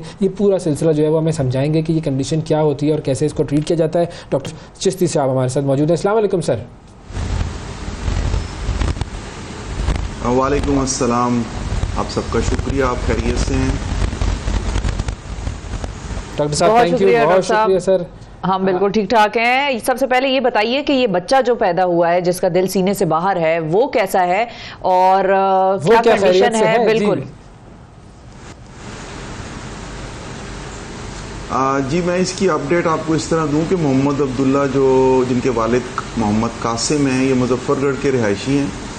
ये हमारे पास जुम्मा और हफ्ता की दरमियानी शब लेकर आए थे और इसका जैसे आपने इंट्रो में कहा कि ये कंजेनिटल डिफेक्ट्स होते हैं जिनमें पैदाइशी नकाइस होते हैं और इस बच्चे का दिल जो है वो अपनी जगह जो छाती के अंदर होती है वहाँ नहीं है और ये दिल जो है वो छाती के बाहर है अपनी सारी शरियानों के साथ। और ये बच्चे जैसे ही हमारे हॉस्पिटल में आते हैं, क्योंकि मैं खुद एक पीडियाट्रिक सर्जन हूँ, तो हमारी एक क्लियर डायरेक्शंस हैं कि इनको एक स्पेशल केयर दी जाती है और फौरी तौर पर एक मेडिकल बोर्ड जो है वो तश्कील दे दिया गया जिसमें paediatric cardiologist, paediatric cardiac surgeon, anaesthesiologist, radiologist और मैं खुद उसमें शामिल था। हमने उसके जितने भी इब्तदाई जो है वो ब्लड टेस्ट भी, एकोकार्डियोग्राफी और दूसरे जो भी इन्वेस्टिगेशंस हैं वो की और उनकी फौरी तौर पर जो रिपोर्ट है वो, क्योंकि सीएम साहब की और हेल्थ मिनिस्टर साहब की इसमें क्लियर कट डायरेक्शंस थी और दिन में वो हमारे साथ मुतअद्दिद बार जो है वो इसमें राब्ते पर रहे और उनके साथ डिपार्टमेंट जो शेयर करता रहा अपनी जो भी हमारी जो उसकी प्रोसीडिंग्स थी। तो मैं आपको बताऊं कि इसमें सीएम साहब का बड़ा एक पर्सनल इंटरेस्ट था और उन्होंने फिर हेल्थ मिनिस्टर साहब को डायरेक्ट किया और उनकी डायरेक्शंस पर स्पेशल एक कार्डिक सर्जन की टीम जो है वो कल ही हमारे पास लाहौर से भी आई और उन्होंने भी मिलकर एक पूरा जो है वो एक सर्वे किया और उसके बाद सीएम साहब कल खुद जो है वो मुल्तान तशरीफ लाए थे। उनकी एक बड़ी हेक्टिक शेड्यूल था लेकिन उन्होंने हमें इन्फॉर्म किया कि मैं इस बच्चे को देखने आऊँगा। वो उनके वालिद मोहम्मद कासिम से मिले और बड़ा प्यार किया उन्होंने और फिर उनसे उन्होंने इजाज़त भी ली और वो उस टीम के साथ जो है वो, क्योंकि ये इसको भी बहुत सारे ऐसी पेचीदगियाँ हैं जिनकी और भी तशख़ीस होना बाकी है। सो इन सारी जो भी फर्दर इन्वेस्टिगेशंस के लिए है इस बच्चे को चीफ मिनिस्टर साहब और हेल्थ मिनिस्टर साहब जो स्पेशलिस्ट डॉक्टर्स हैं उनकी ज़ेरे निगरानी एक स्पेशल एम्बुलेंस में अब अपने पास लाहौर चिल्ड्रन हॉस्पिटल में रात को ले गए। सुबह मेरी उन डॉक्टर साहबान से भी बात हुई, अल्हम्दुलिल्लाह जो मोहम्मद अब्दुल्ला है अभी भी वो अपना जो उनका दिल है वो बिल्कुल नॉर्मल धड़क रहा है, लेकिन क्योंकि उसमें पेचीदगियाँ इतनी ज़्यादा हैं कि उनको जब तक पहले ठीक नहीं करना। अच्छा डॉक्टर साहब ये बताइएगा मुझे कि जो इस तरह के केसेस होते हैं दुनिया में ऐसे कितने केसेस होते हैं और क्या ये कोई आम चीज़ तो मुझे नहीं लगता कि वो बहुत ही एक ख़ास एक कॉम्प्लिकेटेड सी चीज़ है, तो कितने फ़ीसद या यूँ कहिए पैदाइशों में कितने बच्चे इस तरह के होते हैं दुनिया में? देखिए एक्टोपिया कार्डिस की जो है ना वो परसेंटेज तो कम है और इसकी टाइप्स भी हैं। इसमें कुछ दिल जो होते हैं वो बहुत थोड़े बाहर होते हैं छाती से, कुछ आधे बाहर होते हैं और कुछ पूरे बाहर होते हैं। अच्छा, तो ये उसकी एक सीवियर फॉर्म है और साथ इसके जो शरियाने दिल को हमारे लंग्स के साथ जोड़ती हैं, क्योंकि इन्होंने हमारी जो है वो ऑक्सीजनेशन भी लेनी है और सारा जो हमारा निज़ाम जो इसका आप समझ लें रेस्पिरेशन है वो दिल और फेफड़ों का तालमेल के साथ चलता है। तो अनफॉर्चुनेटली अब्दुल्ला की जो शरियाने हैं उनमें भी काफ़ी जो है वो प्रेशर ज़्यादा है और कुछ नकाइस हैं। तो ये एक अपनी जो एक्टोपिया कार्डिस की एक सीवियर फॉर्म है, तो इसी वजह से इसके लिए एक स्पेशल केयर की जरूरत है। सर्वाइवल रेट कितना होता है? अनफॉर्चुनेटली जो है वो जी चांसेस इसके कितने हैं कि ये he will make it through? और ये भी बताइए कि अब ये प्रोसीजर इसका क्या होगा, मतलब ऑपरेशन होगा और फिर दिल इसका छाती के अंदर आप लोग डालेंगे, और इसके अलावा कौन सी ऐसी चीज़ें हैं जिनको आप लोग फिक्स करने की कोशिश करेंगे इन सर्जरीज में, और इनकी कामयाबी का क्या चांस है? मैं अभी आपको वही बात बता रहा था कि अल्टीमेटली तो इनकी सर्जरी होनी होती है, लेकिन सर्जरी जो होनी है उससे पहले जो सर्जरी के लिए फिटनेस होना है वो बहुत ज़रूरी है। तो अभी फिटनेस के लिए पहले बहुत सारी इन्वेस्टिगेशंस चाहिए और उसके बाद फिर, और ये एक सिंपल एक आम आदमी की सर्जरी या एक आम बच्चे की सर्जरी नहीं होगी, इसके लिए एक मल्टीपल डिसिप्लिनरी अप्रोच होती है जिसमें बहुत सारे लोग शामिल होते हैं। दो कि ये स्पेशलाइज्ड और जो बड़ी डेवलप्ड कंट्रीज़ हैं उनमें भी इनकी जो सर्वाइवल है उसके जो रेट्स हैं वो बहुत कोई हौसला अफजा नहीं होते, लेकिन बीइंग हेल्थ केयर प्रोवाइडर और सर्जन हमने तो अपनी तरफ से हत्तुल वसा कोशिश करनी है और अल्लाह ताला पर बेस्ट करना है, बिल्कुल छोड़ना। अच्छा, अब इस बच्चे का जो स्टेप वाइज है अगर आप बता सकें कि अभी तो इसके टेस्ट्स होंगे, उससे पहले इसको फिटनेस ज़ाहिर है देनी होगी कि फिर जिसकी जो प्री रिक्विजिट्स हैं कि इसका इलाज या इसका ऑपरेशन जो है वो हो सके, क्योंकि बच्चा भी बहुत छोटा है और बॉडी भी उसकी ज़ाहिर है बहुत छोटी है, उस तरह से हर चीज़ सस्टेन शायद ना कर सके खुदा ना खास्ता। तो आप बताएं कि क्या क्या स्टेप आएगा अब इसके इलाज में? जी मैंने वही बताया है कि मैं जो इस बच्चे के लिए सबसे इम्पॉर्टेंट है कि पहले इसकी जैसे बेसिक्स ब्लड टेस्ट हैं और फिर एकोकार्डियोग्राफी, फिर सीटी एंजियो, वो इसको डेमोन्स्ट्रेट करेगी कि इसकी जो लंग्स की और हार्ट की जो वेसल्स हैं उनकी कॉन्फ़िगरेशंस कैसी हैं। जो दिल की सर्जरीज होती हैं वो कार्डियक सर्जन्स जो हैं वो तो एक दिन के बच्चे की भी हो जाती हैं, प्रोवाइडेड कि वो फिट हो और उसका स्ट्रक्चर जो है वो ऐसा हो कि वो एनेस्थीसिया को और उन चीज़ों को सस्टेन कर सके। तो हमें सबसे पहले तो ये दुआ करनी है कि अब्दुल्ला जो है वो इस काबिल हो जाए कि उसकी सर्जरी हो सके, और उसके बाद फिर जो है वो सर्जन्स इसको डेफिनेटली जो है वो चैलेंज समझकर इसको करेंगे। अच्छा, अगर ये इस काबिल हो जाता है कि इसकी सर्जरी हो सके तो क्या इसका मुकम्मल इलाज पाकिस्तान में हो सकता है? जी, हमारे यहाँ जो है वो कार्डियक सर्जन्स बहुत कॉम्पिटेंट हैं और उन्होंने इस तरह के कई केसेस किए भी हैं, और बल्कि मैं आपके चैनल का बहुत इस बारे में शुक्रिया भी अदा करूँगा कि आपने जो ये एक पैदाइशी नकाइस हैं और जो कंजेनिटल एब्नॉर्मलिटीज़ हैं उनके बारे में इस सेगमेंट को लिया। तो इसकी अवेयरनेस पे भी हम बहुत ज़्यादा स्ट्रेस देंगे कि ये एक स्पेशल बेबीज़ होते हैं और इनको बहुत ज़्यादा स्पेशल केयर की ज़रूरत होती है। तो अगर हम कम्युनिटी के तौर पर भी और हेल्थ केयर प्रोवाइडर के तौर पर भी इनको बहुत ज़्यादा सपोर्ट करें तो हमारे यहाँ जो है वो हेल्थ फैसिलिटीज़ बहुत इम्प्रूव्ड हैं। हमारे जो डॉक्टर्स हैं, हमारे जो एनेस्थीसियोलॉजिस्ट हैं, न्यूनेटोलॉजिस्ट हैं, दे आर वेरी कॉम्पिटेंट और बहुत चैलेंजिंग सर्जरीज भी यहाँ होती हैं और वो बड़ी कामयाब होती हैं। कोई वजह होती है इस बीमारी के होने की कि ये क्यों हो जाती है? देखिए, ये एक सेंसिटिव सा इसका आंसर है। ये जितनी भी जो हमारी कज़न मैरिजेस होती हैं या अर्ली मैरिजेस होती हैं या जिनमें जो बच्चों की तादाद ज़्यादा होने का चांस होता है, उनमें जो है वो कंजेनिटल एनोमलीज कुछ ज़्यादा होने का चांस होता है। प्लस जो हमारी एंटीनेटल केयर है, जो हमल के दौरान माँ के लिए ग़िज़ा अद्वियात का इस्तेमाल है, वो बड़ा मुस्तनिद डॉक्टरों के मशवरों से होना चाहिए। और हम जो हमारा डिफरेंस है डेवलप कंट्रीज़ के साथ वो यही है कि हमारे जो हमल के दौरान माँओं की जो है वो बहुत ज़्यादा काउंसलिंग नहीं की जाती है और कुछ सोशो इकनॉमिक्स जो है वो बाउंड्रीज आ जाती हैं, लेकिन हम बहुत सारी अपनी कंजेनिटल एनोमलीज से छुटकारा हासिल कर सकते हैं अगर हम मैस लेवल पर इसकी अवेयरनेस दें कि जो प्रेगनेंसी है वो एक बहुत ही चैलेंजिंग टास्क है, उसमें मदर की डाइट से लेकर अद्वियात तक और उनका फॉलोअप बहुत ज़्यादा ख्याल रखना चाहिए। बिल्कुल ठीक है जी, बहुत शुक्रिया अदा करेंगे जी। हमारे साथ डॉक्टर काशिफ साहब मौजूद थे, पीडियाट्रिक सर्जन, और काशिफ चिश्ती हमें बता रहे थे कि इस बच्चे के साथ अब आगे मेडिकल प्रोसीजर क्या होगा। हमारी दुआ ये कि अल्लाह ताला इसको खैर खैरियत से रखे और इसको सेहत और ज़िंदगी अता फरमाए। नाज़रीन, वक्फा लेते हैं, वक्फे के बाद दोबारा हाजिर होंगे, हमारे साथ रहिएगा। सुबह सवेरे पाकिस्तान, सुबह सवेरे पाकिस्तान, सुबह सवेरे पाकिस्तान।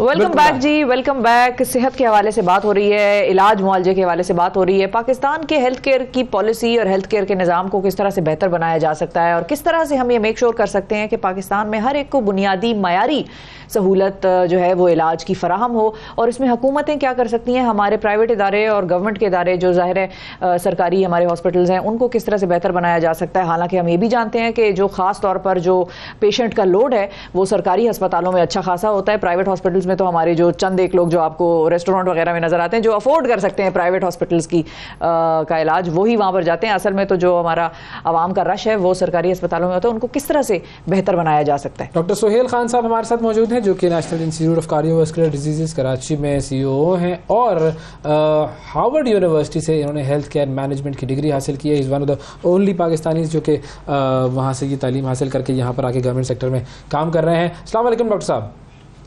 अस्सलाम वालेकुम अवैस। बहुत शुक्रिया सर प्रोग्राम के लिए वक्त निकाला। अच्छा, आप अगर हम हेल्थ केयर की बात करें तो हम सब जानते हैं कि पाकिस्तान में हेल्थ केयर का जो सिस्टम है उसके अंदर इश्यूज हैं, लेकिन आपको पता होगा कि अब अमेरिका का निज़ाम हो, बरतानिया का निज़ाम हो, इंडिया हो, क्यूबा हो, हर जगह कोई मसाइल होते हैं। बिल्कुल तो होते हैं। तो हमारे यहाँ क्या मेन प्रॉब्लम्स हैं जो एज अ डॉक्टर आपने आइडेंटिफाई किए हैं? देखिए, इसमें सबसे पहले ये है कि हमें देखना होगा कि इन terms of health care quality और इन्फेंट मोर्टेलिटी हम रैंक कहाँ पे करते हैं। इस वक्त Pakistan ranks around 150 among 190 plus Nations जो हमारी हेल्थ केयर क्वालिटी है।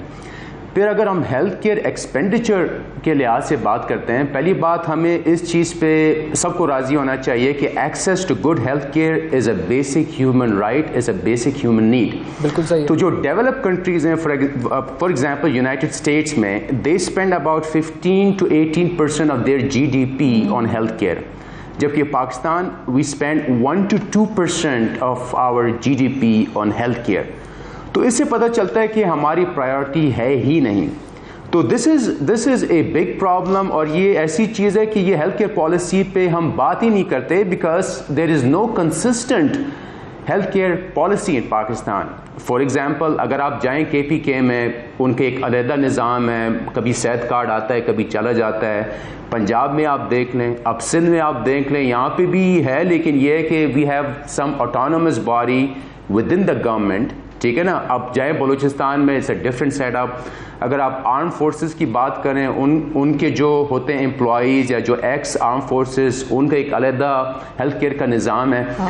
तो उसकी वजह से जो हेल्थ केयर डिलीवरी में जो सबसे प्रिमिटिव मॉडल होता है कि आउट ऑफ पॉकेट, आप बीमार हुए, आपने अपने जेब से पैसे दिए हैं। डेवलप्ड नेशन में less than 1-2% are out of pocket. यहाँ पे more than 70% of patients they pay for their health care out of pocket. So I think we need to have an honest discussion कि हम ranking में इतने लो दर्जे पे हैं, प्लस हम GDP में हम हेल्थ केयर पे बिल्कुल एक्सपेंड ही नहीं करते।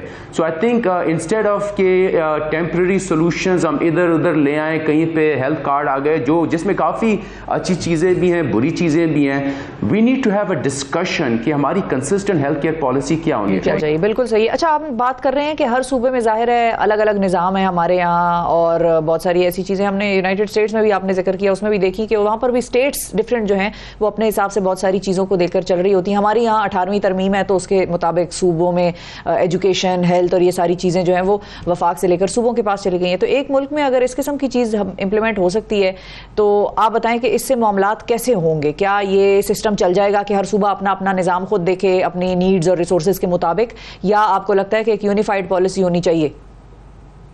देखिए इस चीज़ में वही जो मैंने सबसे पहली बात आपसे की थी कि जो access to health care is a basic human right. अगर कोई शख्स कोयटा बलूचिस्तान में हो या पंजाब में हो, KPK में, they all will have a similar needs. जिस तरह रोटी कपड़ा होता है इसी तरह हेल्थ केयर एक्सेस भी होता है।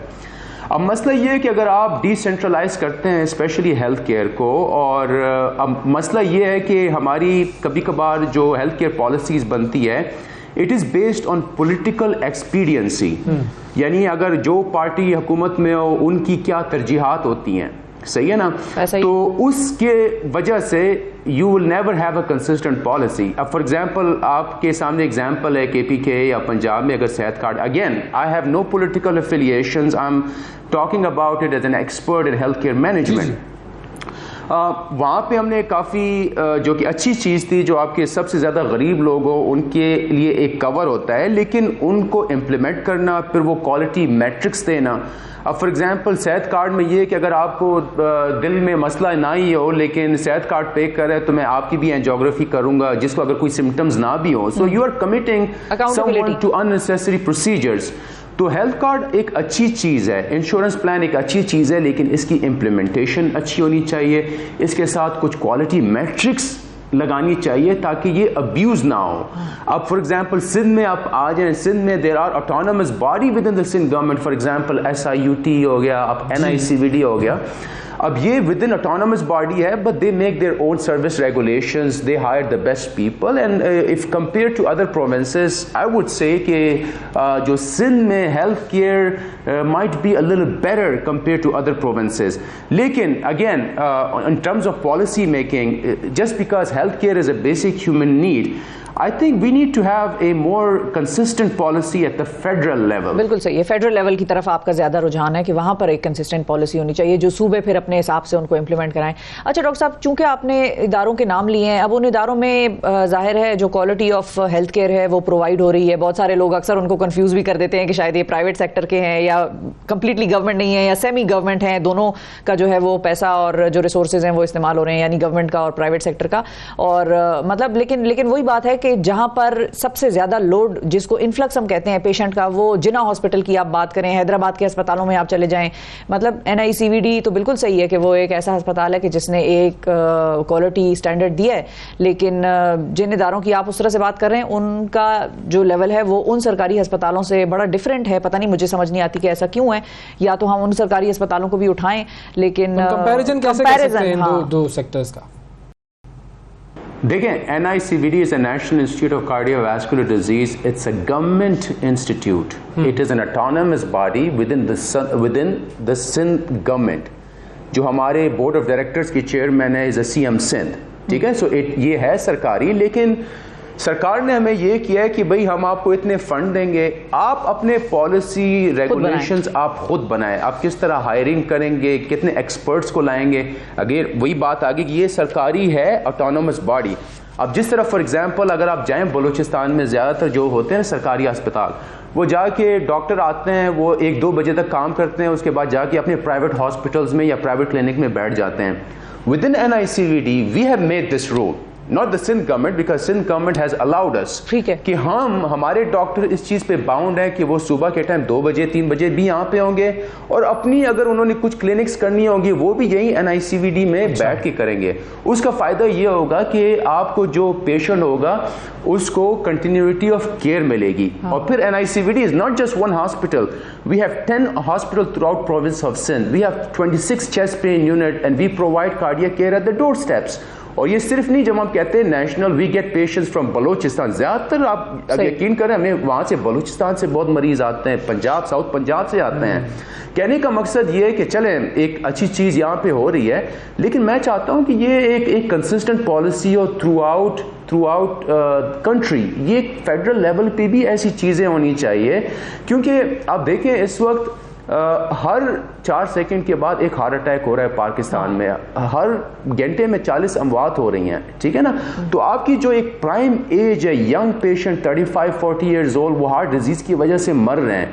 तो this is a big impact not only on our health, but in the future it will have impact on our economy as well. जब आपकी ब्रेड विनर्स जो होते हैं, जो आपकी पीक एज पे होती है, लोग मर रहे हैं इस वजह से। So I think we need to have a honest discussion. We need to have a complete overhaul of our healthcare policy, and instead of just temporary measures, temporary political expediency, we need to have a long-term discussion, long-term consistent policy. बड़ी important बात है कि अगर सेहत का निजाम सही होगा तो फिर माशी निजाम भी ज़्यादा बेहतर हो सकेगा। बिल्कुल, लोग कमा सकेंगे आराम से, उनको ये टेंशन नहीं होगी कि भाई अगर खुदा ना खास्ता घर में कोई बीमारी आ गई तो उसका फिर इलाज किस तरह से मेक श्योर कराना है। अच्छा, ये जो आपने बात की है कि NICVD जो है उसमें जाहिर है बोर्ड ऑफ जो एक बोर्ड बना हुआ है और वो खुद ही डिसाइड करता है कि जो गवर्नमेंट से आपको फंड्स आ रहे हैं वो किस तरफ ज़्यादा ज़रूरत है और किस तरफ। इसी किस्म की एक पॉलिसी खैबर पख्तूनख्वा में और पंजाब में भी लाई गई थी, उसको कहते थे MTI act. I am sure आपने उसके बारे में पढ़ा होगा क्योंकि हेल्थ केयर का निज़ाम और उस तरह से आपका ये मेन एरिया है मैनेजमेंट का।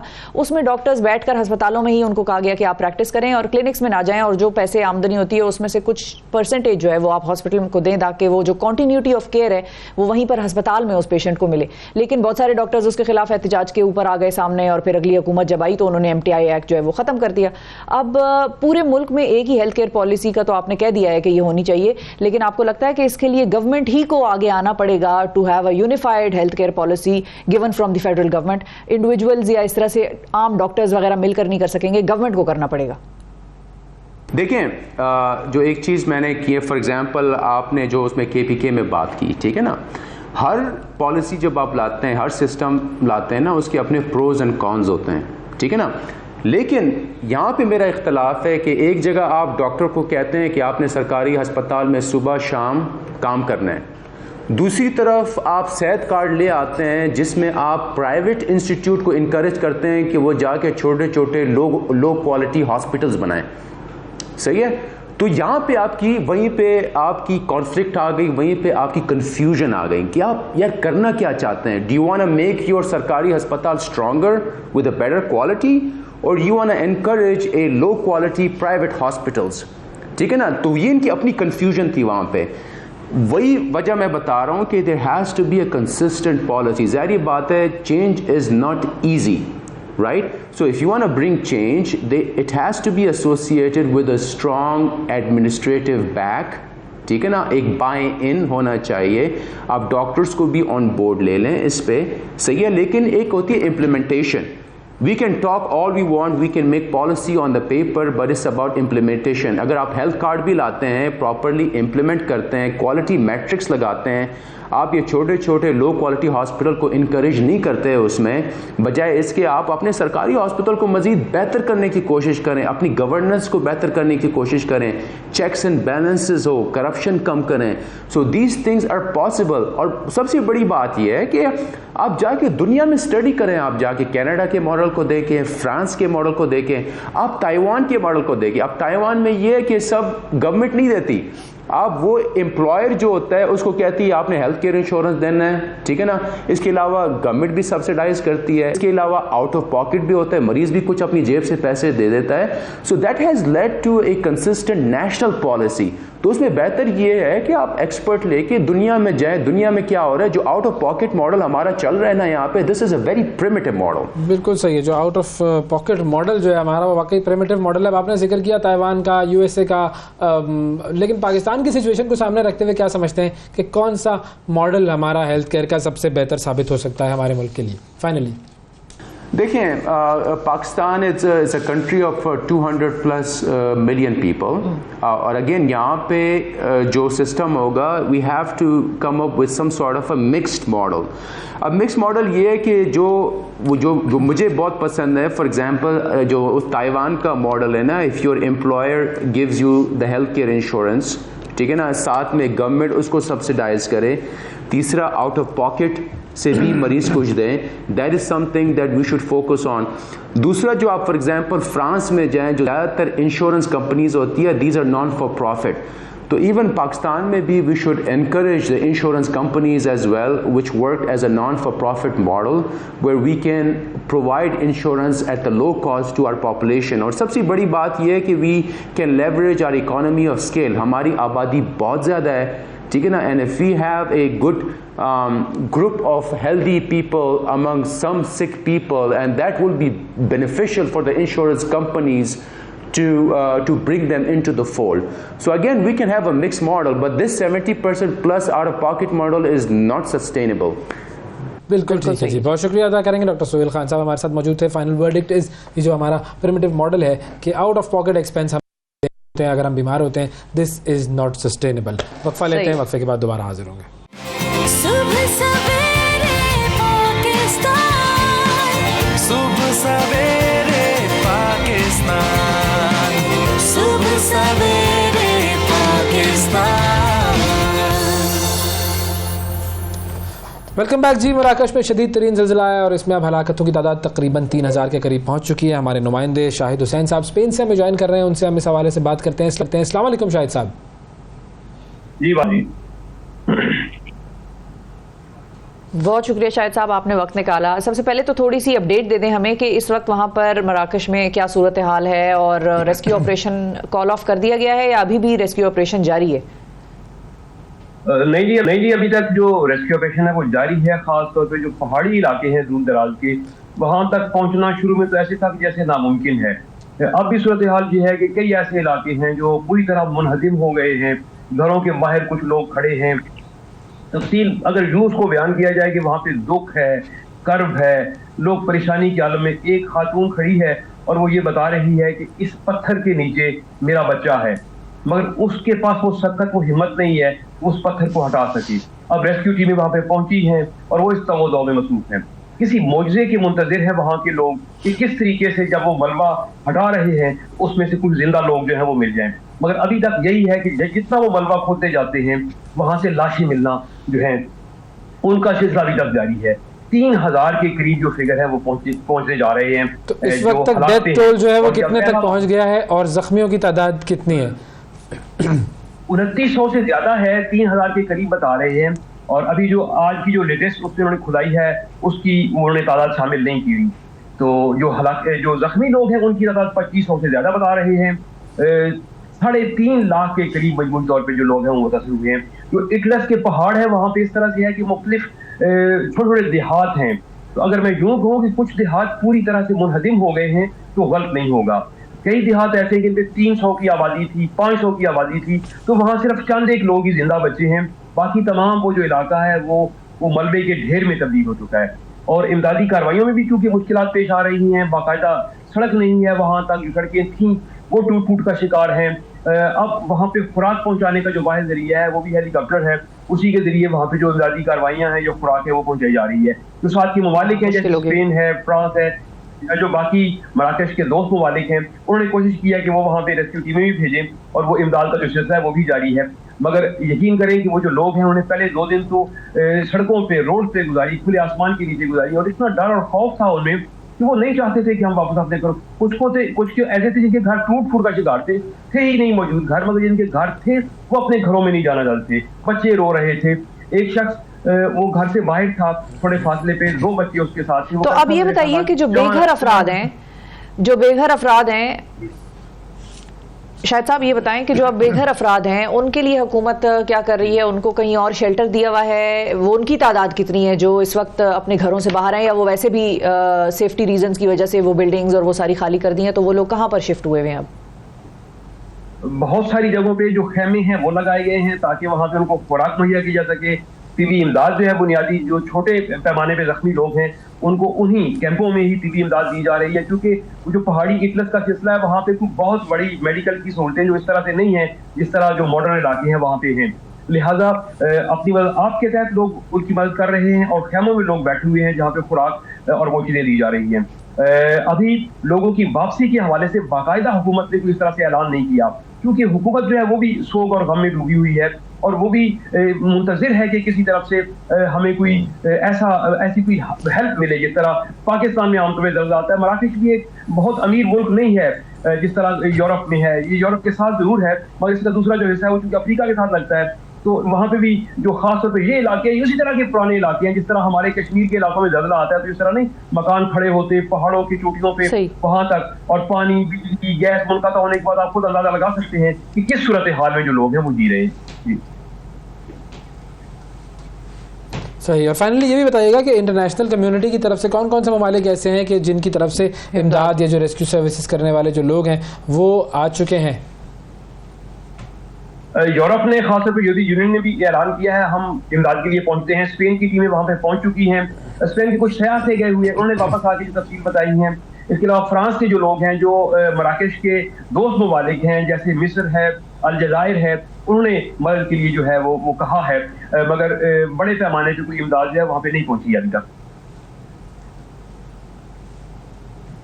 बिल्कुल ठीक है जी, बहुत शुक्रिया अदा करेंगे। शाहिद हुसैन साहब हमारे नुमाइंदे मराकश हमें स्पेन से हमें ज्वाइन कर रहे थे। मराकश के ज़लज़ले के हवाले से बात हो रही थी। एक बहुत शदीद ज़लज़ला था ये, और 1960 में जो ज़लज़ला आया था उसमें 12,000 लोग जाभाग हुए थे। उसके बाद ये बहुत शदीद ज़लज़ला है। एक छोटा सा वक्फ़ा लेते हैं, वक्फ़े के बाद दोबारा हाजिर होंगे तो कुछ वकला पर बात करेंगे, मगर कुछ नए तरीके के ये वकला हैं और कंप्यूटराइज आर्टिफिशियल इंटेलिजेंस बेस्ड ये वकला हैं। तो ये क्या होगा इस ज़िम्न में अब, और कैसे जो है वो इनसे हम मामला तय करेंगे, इस पर बात होगी एक वक्फे के बाद। सुबह सवेरे पाकिस्तान, सुबह सवेरे पाकिस्तान, सुबह सवेरे पाकिस्तान।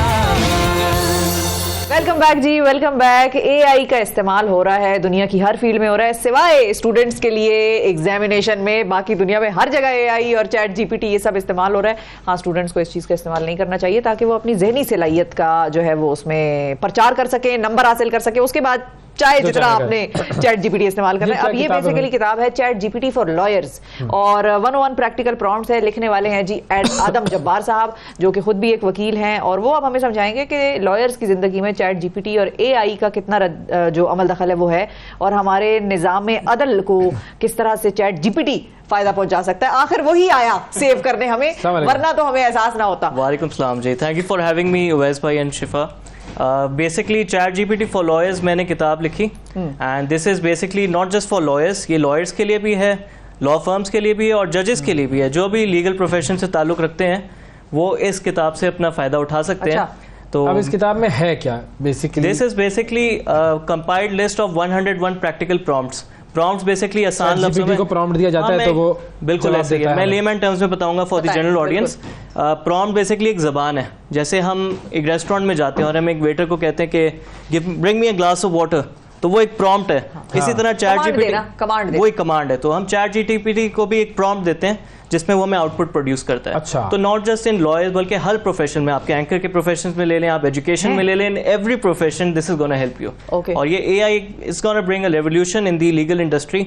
ये वकील भी सारे इस्तेमाल कर रहे हैं। The book is the best seller right now in US, और माशाल्लाह से we have sold more than 500 copies over there, और ये टॉप 10 में चल रही है वहाँ पे अमेज़न पे। तो पाकिस्तान का भी, लेकिन उनका तो चले निज़ाम अदल जो है वो है ही एफिशिएंट। जी जी, एक हद तक हमसे ज्यादा ही एफिशिएंसी होती है। यूके का भी जो अगर लॉ जस्टिस का सिस्टम हम देखें, यूएस का भी देखें, उनको किस तरह से ये फायदा पहुंचा रहा है और हमें किस तरह से ये उस ट्रैक पर डालेगा? देखें जी, पाकिस्तान लोग समझते हैं कि टेक्नोलॉजी को अडेप्ट नहीं करता, but I think Pakistan is one of the few countries जो टेक्नोलॉजी को बहुत जल्दी अडेप्ट कर लेते हैं। इंटरनेट यूजेज को भी हमने बहुत जल्दी किया, और हमारी पॉपुलेशन भी दुनिया की 5वीं सबसे बड़ी आबादी है, और हमारी वकला की भी बार काउंसिल्स में भी बहुत ज़्यादा हमारे पाकिस्तान में वकील हैं। तो आप लोग हैरान होंगे, ऑडियंस भी होगी, कि दुनिया के जो सबसे पहले जजेस थे जिन्होंने चैट जीपीटी का इस्तेमाल किया वो हमारे अपने ही जज थे फ्रॉम मंडी बहाउद्दीन, और उन्होंने एक केस का फैसला करने के लिए इंडिया से नहीं from Pakistan, and this was 4 months अगो, 4 महीने पहले उन्होंने सबको पता है कि मैंने एक केस का फैसला चैट जीपीटी की मदद से किया, जिसमें उन्होंने केस के सारे फैक्ट्स एविडेंसेस सब चैट जीपीटी को समझाए, और उन्होंने एज अ सेकंड ओपिनियन कि उन्होंने उसके बेस पे फैसला बना दिया चैट जीपीटी को, मुझे मशवरा दो, गिव मी अ सजेशन कि मैं इस फैसले में बेल ग्रांट करूं या नहीं करूं। तो लकीली बेल ग्रांट हो गई, बंदा आजाद हो गया। तो चैट जीपीटी अगर कहता बंदे को फांसी में चढ़ा दो, फिर ये एक जी इसकी एथिकल कंसिडरेशन की डिबेट है, but he uses as second opinion समझ के कहता है। मगर ये कि जजेस को देखें, इससे फायदा पहुंच रहा है। जो फैसले आपके जो महीनों में या सालों में हो रहे हैं, जजेस इसके इस्तेमाल से एक सेकंड ओपिनियन लेके केस का फैसला भी जल्दी कर सकते हैं, जो पाकिस्तान में एक बहुत बड़ा मसला है स्लो ट्रायल्स। वकीलों को ड्राफ्टिंग करने में, और जो हमारी इन द कोर्ट प्रोसीडिंग्स होती हैं, जो कि जाहिर है वो रीडर जो है वो नोट कर रहा होता है, उसको फिर कागज पे लिखता है, फिर फाइलें बनती हैं, फिर फाइल गुम भी जाती है कभी कभार, फिर वो ढूंढता है अपने उसमें। फाइल निकलवाने के लिए भी बड़े पैसे देने पड़ते हैं। बिल्कुल, बहुत पैसे देने पड़ते हैं। तो उन फाइलों का जो रिकॉर्ड है वो चैट जीपीटी को भेजना या ऑनलाइन कर देना एआई के टूल्स इस्तेमाल करते हुए, और ड्राफ्टिंग में वकीलों का कितना टाइम बच सकता है? देखिए जी, चैट जीपीटी के इस्तेमाल से ये है कि मैं आपको अपनी प्रैक्टिस की बताऊंगा कि अगर मुझे कोई रिट पिटिशन ड्राफ्ट करनी है जो article 199 of the high court में लगती है, तो पहले हमें लगते थे कई दिन लग जाते थे सोचने में कि कहाँ से ड्राफ्ट स्टार्ट करें, किधर एंड करें, क्योंकि एक अच्छे वकील की क्वालिटी होती है, उसको ड्राफ्टिंग अच्छी आनी चाहिए, लिखना अच्छा आना चाहिए और बोलना अच्छा आना चाहिए इन द कोर्ट। तो वो एक लॉयर, अच्छे लॉयर को उसी से डिफरेंशिएट करता है जिसकी ड्राफ्टिंग अच्छी होती है। और वो तो जो काम हमें 3 से 4 दिन लगते थे, वो अब चैट जीपीटी हमें हेल्प करता है कुछ घंटों में। मगर वही बात है, हम टोटली इसके ऊपर रिलाई नहीं कर सकते क्योंकि चैट जीपीटी खुद itself is in developmental stage और ये इनएक्यूरेट इन्फॉर्मेशन बहुत प्रोवाइड करता है, तो हमें बहुत देखभाल के इसको यूज करना है। नकल के लिए भी अकल करें ना। हाँ बिल्कुल, तो हम इससे इंट्रो और अपने कुछ ड्राफ्ट की मदद ले लेते हैं, बीच में तो हमारी अपनी केस लॉ रिसर्च मैं एक चीज और समझना चाह रहा हूँ क्योंकि मेरा जो है वो वकला से और कानून से ताल्लुक इतना ही है कि मैं टीवी देखता हूँ, मीडिया वालों को वकला नजर आ रहे होते हैं, बहुत सारी ऐसी चीजें करते हुए नजर आ रहे होते हैं कि जो छोड़ दें। लेकिन वैसे जब कोई वकील अपना केस बना रहा होता है जज के सामने प्रेजेंट करने में, तो वो पिछले केसेस की नजीरें जो है वो लेकर और उसके सामने प्रेजेंट करता है कि फलाने केस में ऐसा हुआ था, फलाने केस में ऐसा हुआ था, तो अब ऐसा होना चाहिए। बिल्कुल। तो ये जो केसेस हैं हमारे, वो सारे क्या चैट जीपीटी एनालाइज करता है तो उसके पास वो डेटा मौजूद है, या उसके पास सिर्फ यूएस, यूके, यूरोप का डेटा मौजूद है? वो हमारे केसेस में किस तरह हेल्प कर सकता है? देखिए, इसका मैं थोड़ा सा बैकग्राउंड छोटा सा लेके जाऊंगा ताकि सबको समझ आए। चैट जीपीटी आपकी ड्राफ्टिंग वगैरह में तो मदद करता है, मगर केस, इसको हम कहते हैं केस लॉ रिसर्च। प्रेसिडेंट्स होते हैं, जो पिछले केस में फैसला हुआ तो हम उसी के ऊपर अपने नया केस डिपेंड करते हैं कि इसमें ये फैसला हुआ था तो इसमें भी यही होना चाहिए। तो वो जो केस लॉ रिसर्च है, यूएस, यूके कहीं भी ले लें, चैट जीपीटी का मॉडल जो पहले आया था वो 2021 तक उसकी नॉलेज अपडेटेड थी। तो जहां तक केस लॉ अपडेटेड थे यूके, यूएस के अगर हुए में, तो वो वहां तक हुए हुए थे। उसके बाद के जो केस लॉस थे, ये चैट जीपीटी और एआई का एक फ्लॉ है कि वो रादर देन सेइंग कि मुझे इस चीज का जवाब नहीं आता, वो आपको at times inaccurate case produce करके दे देता है। फॉर एग्जांपल, मैं हाल ही में मैं केस रिसर्च कर रहा था और एक था सीडीए मैटर था कि जी प्रॉपर्टी टैक्स जो है वो होटल कैटेगरी के लिए क्या लगता है और कमर्शियल के लिए क्या लगता है। तो चैट जीपीटी ने जवाब दिया कि वर्सेस नवाज शरीफ, उस केस में ये फैसला हुआ था कि इस पर घर की बिजली अप्लाई होगी। तो देखेंगे किस तरह एक इनएक्यूरेट इन्फॉर्मेशन देता है। और एक यूएस में बहुत पॉपुलर केस अभी हुआ है न्यूयॉर्क में, जहाँ पे एक न्यूयॉर्क अटर्नी ने वहाँ पे केस फाइल किया चैट जीपीटी से पूरा तैयार करके। वकील साहब ने उसको मॉनिटर नहीं किया, देखा नहीं, अच्छा। उन्होंने वहाँ पे फीस पकड़ ली, उन्होंने कहा मैं इस तरह जल्दी से केस कर लूंगा। जज साहब के पास जब केस पहुंचा तो जज साहब कहते ये कौन से तुमने केस लॉस देखे? मैंने भी एलएलबी किया है, मैंने लॉ किया है, मैंने तो आज तक नहीं देखे। तो फिर खैर वहां तो आपको पता है अपनी गलती मान लेते हैं, तो वकील ने अपनी गलती मान ली कि जी मैंने जीपीटी के जरिए किया। तो वहां पर एक जज साहब ने एक रूलिंग दे दी है कि अब फ्यूचर कोई भी केसेस यूएस में आएंगे तो लॉयर की रिस्पॉन्सिबिलिटी वो मॉनिटर करे और एक affidavit they that this is AI generated content and तो वो लॉयर्स के ऊपर और लॉ फर्म्स और सबके ऊपर रिस्पॉन्सिबिलिटी आ गई कि जो हम इसके जरिए कर रहे हैं we need to verify its source, क्योंकि ये अभी डेवलपमेंट स्टेज में इसको ये अभी बहुत एक्यूरेट इन्फॉर्मेशन प्रोड्यूस कर रहा है। ये किताब जरा दिखाइएगा, आपने उसे रख ली पकड़ के, गिरविट जाए तो तौहीन अदालत तो नहीं हो जाएगी? नहीं जी, ऐसा नहीं भाई, वो हो जाता है इंसान टेंशन में आ जाए पहले से किताब पढ़ने लग गया, पता चल गया मुझ पे, मैं यहाँ से निकलूं और अंदर कर दिया जाए मुझे कि आपने ये किताब हमारी गिरा दी थी, तो ऐसा तो इजाजत है आपको। अच्छा, अब एक तो आपने नुकसान इसका ये बताया कि जो चीज चैट जीपीटी से जनरेट हो रहा है डेटा उसको देख लें, हो सकता है। जी। बहुत सारे और टूल्स भी हैं जी चैट जीपीटी के अलावा जो हम देखते हैं, बहुत सारे आर्टिफिशियल इंटेलिजेंस के टूल्स आ गए, हजारों टूल्स आ गए, क्लॉड है, ग्रामरली है, बहुत सारे आ गए। कौन से टूल्स हैं जो कि आजकल लॉयर्स यूज कर रहे हैं या यूज कर सकते हैं चैट जीपीटी के अलावा? देखिए कुछ बहुत से आ गए हैं टूल्स। आपका गूगल बार्ड बहुत पॉपुलर जा रहा है, then you have Microsoft Bing, वो भी जीपीटी 4 के मॉडल पे चलता है। फिर चैट जीपीटी इटसेल्फ एक अच्छा है। फिर यूएस लॉयर्स के लिए कोई स्पेसिफिक, लॉयर्स के लिए अभी पाकिस्तान में तो डेवलप नहीं हुआ, but we are working with the team right now. हमारा नेक्स्ट प्रोजेक्ट होगा कि हम एआई को पाकिस्तानी लीगल प्रैक्टिस में इंटीग्रेट करें। अच्छा। जो आपको केस लॉ रिसर्च की हमने बात बताई है जिसमें फ्लॉज आ रहे हैं, so we are working on that कि एआई के जरिए केस लॉ रिसर्च भी की जाए। दुनिया में इस वक्त उसके ऊपर काम हो रहा है फॉर लॉयर्स। तो उससे जी जो लीगल रिसर्च जो बहुत सारा टाइम लेती है और जो पैरालीगल्स का काम है वो एआई के जरिए फिर अभी डेवलपमेंटल स्टेज में, तो वो जो नए मॉडल्स आएंगे वो इस चीज में काफी एफिशिएंट होंगे। तो ये जो किताब है आपने ये भी चैट जीपीटी की मदद से लिखी है आप? काश ये चैट जीपीटी लिख लेता। चैट जीपीटी की भी अपनी एक लिमिट है कि वो 500-600 वर्ड से ऊपर के बाद वो $20 वाला जो है ना, हाँ $20 वाला भी रुक जाता है। अच्छा, सब्सक्रिप्शन वाला बात को आपने अच्छी टिप दी है, शायद मैं अगली किताब इसके जरिए। $20 पर मंथ बहुत डेटा देता है। हाँ, उसमें यह है कि 3 घंटे में आप 50 प्रॉम्प्ट्स उसको दे सकते हैं। अच्छा, ये है उसकी सारी कार्रवाई। बिल्कुल बिल्कुल, लेकिन डेटा बड़ा सही लेकर आता है। शायद अगली किताब में देखिए। हाँ, मैं अभी ये सोच रहा हूँ ना कि चैट जीपीटी फॉर एंकर्स लिखी जाए या फॉर बैंकर्स। आई थिंक जब ये एक्यूरेट इन्फॉर्मेशन वगैरह देना शुरू कर देगा, अभी जो इसके प्लगइन्स भी आए हैं, ब्राउजर प्लगइन्स, बहुत सारे प्लगइन्स हैं ऐसे, उसके बाद आई थिंक ये इतना काबिल हो जाएगा कि शायद हमारे मुसन्निफों का भी, ऑथर्स का भी काम खत्म हो जाएगा। हमारे जजेस और हमारे जो लीगल प्रोफेशन है वो एआई के इस्तेमाल को इनकरेज करता है। जी, जैसे कि मैंने आपको शुरू में बताया कि हमारे पाकिस्तानी जज ने इसको अडेप्ट किया था, तो हमारे लॉयर्स इसको बहुत ज़्यादा एम्ब्रेस कर रहे हैं। जब से मेरी किताब आई है तो माशाल्लाह से बार काउंसिल्स ने भी मुझे काफ़ी अप्रिशिएट किया। अच्छा। और वो लोग भी इसकी कॉपीज मांग रहे हैं। इसकी एक्स्ट्रा फीस तो आप चार्ज नहीं करते? नहीं, ये तो एजुकेशन है, जो मुझे मांगता है मैं उसको फ्री ई बुक दे देता हूँ। तो फीसें कम हो जाएंगी इससे लॉयर्स की? देखें जी, ये एक प्रेडिक्शन है फ्यूचर की। मेरा अपना परसेप्शन भी है कि देखें जी, सारे वकील काफी तक ड्राफ्टिंग के तक एक जैसे हो जाएंगे। जो वकील इतना स्किल्ड नहीं है और जो बहुत हाईली स्किल्ड है, अगर वो सारे एआई को यूज करेंगे तो ये इसका डिसएडवांटेज है कि सबकी ड्राफ्टिंग एक लेवल पे आ जाएगी। और ये अभी हो भी रहा है कि जब से चैट जीपीटी आया, अगर हम कोई ड्राफ्ट प्रोड्यूस करते हैं इन द कोर्ट, तो हमारे आजकल एरर्स वगैरह बहुत कम हो गए। तो पहले जो हमारी टूटी बची अंग्रेजी भी होती थी, आजकल सबके ड्राफ्ट बात से इख्तिलाफ है कि हम अंग्रेजी में क्यों कानून का निजाम अपना लेके चल रहे हैं।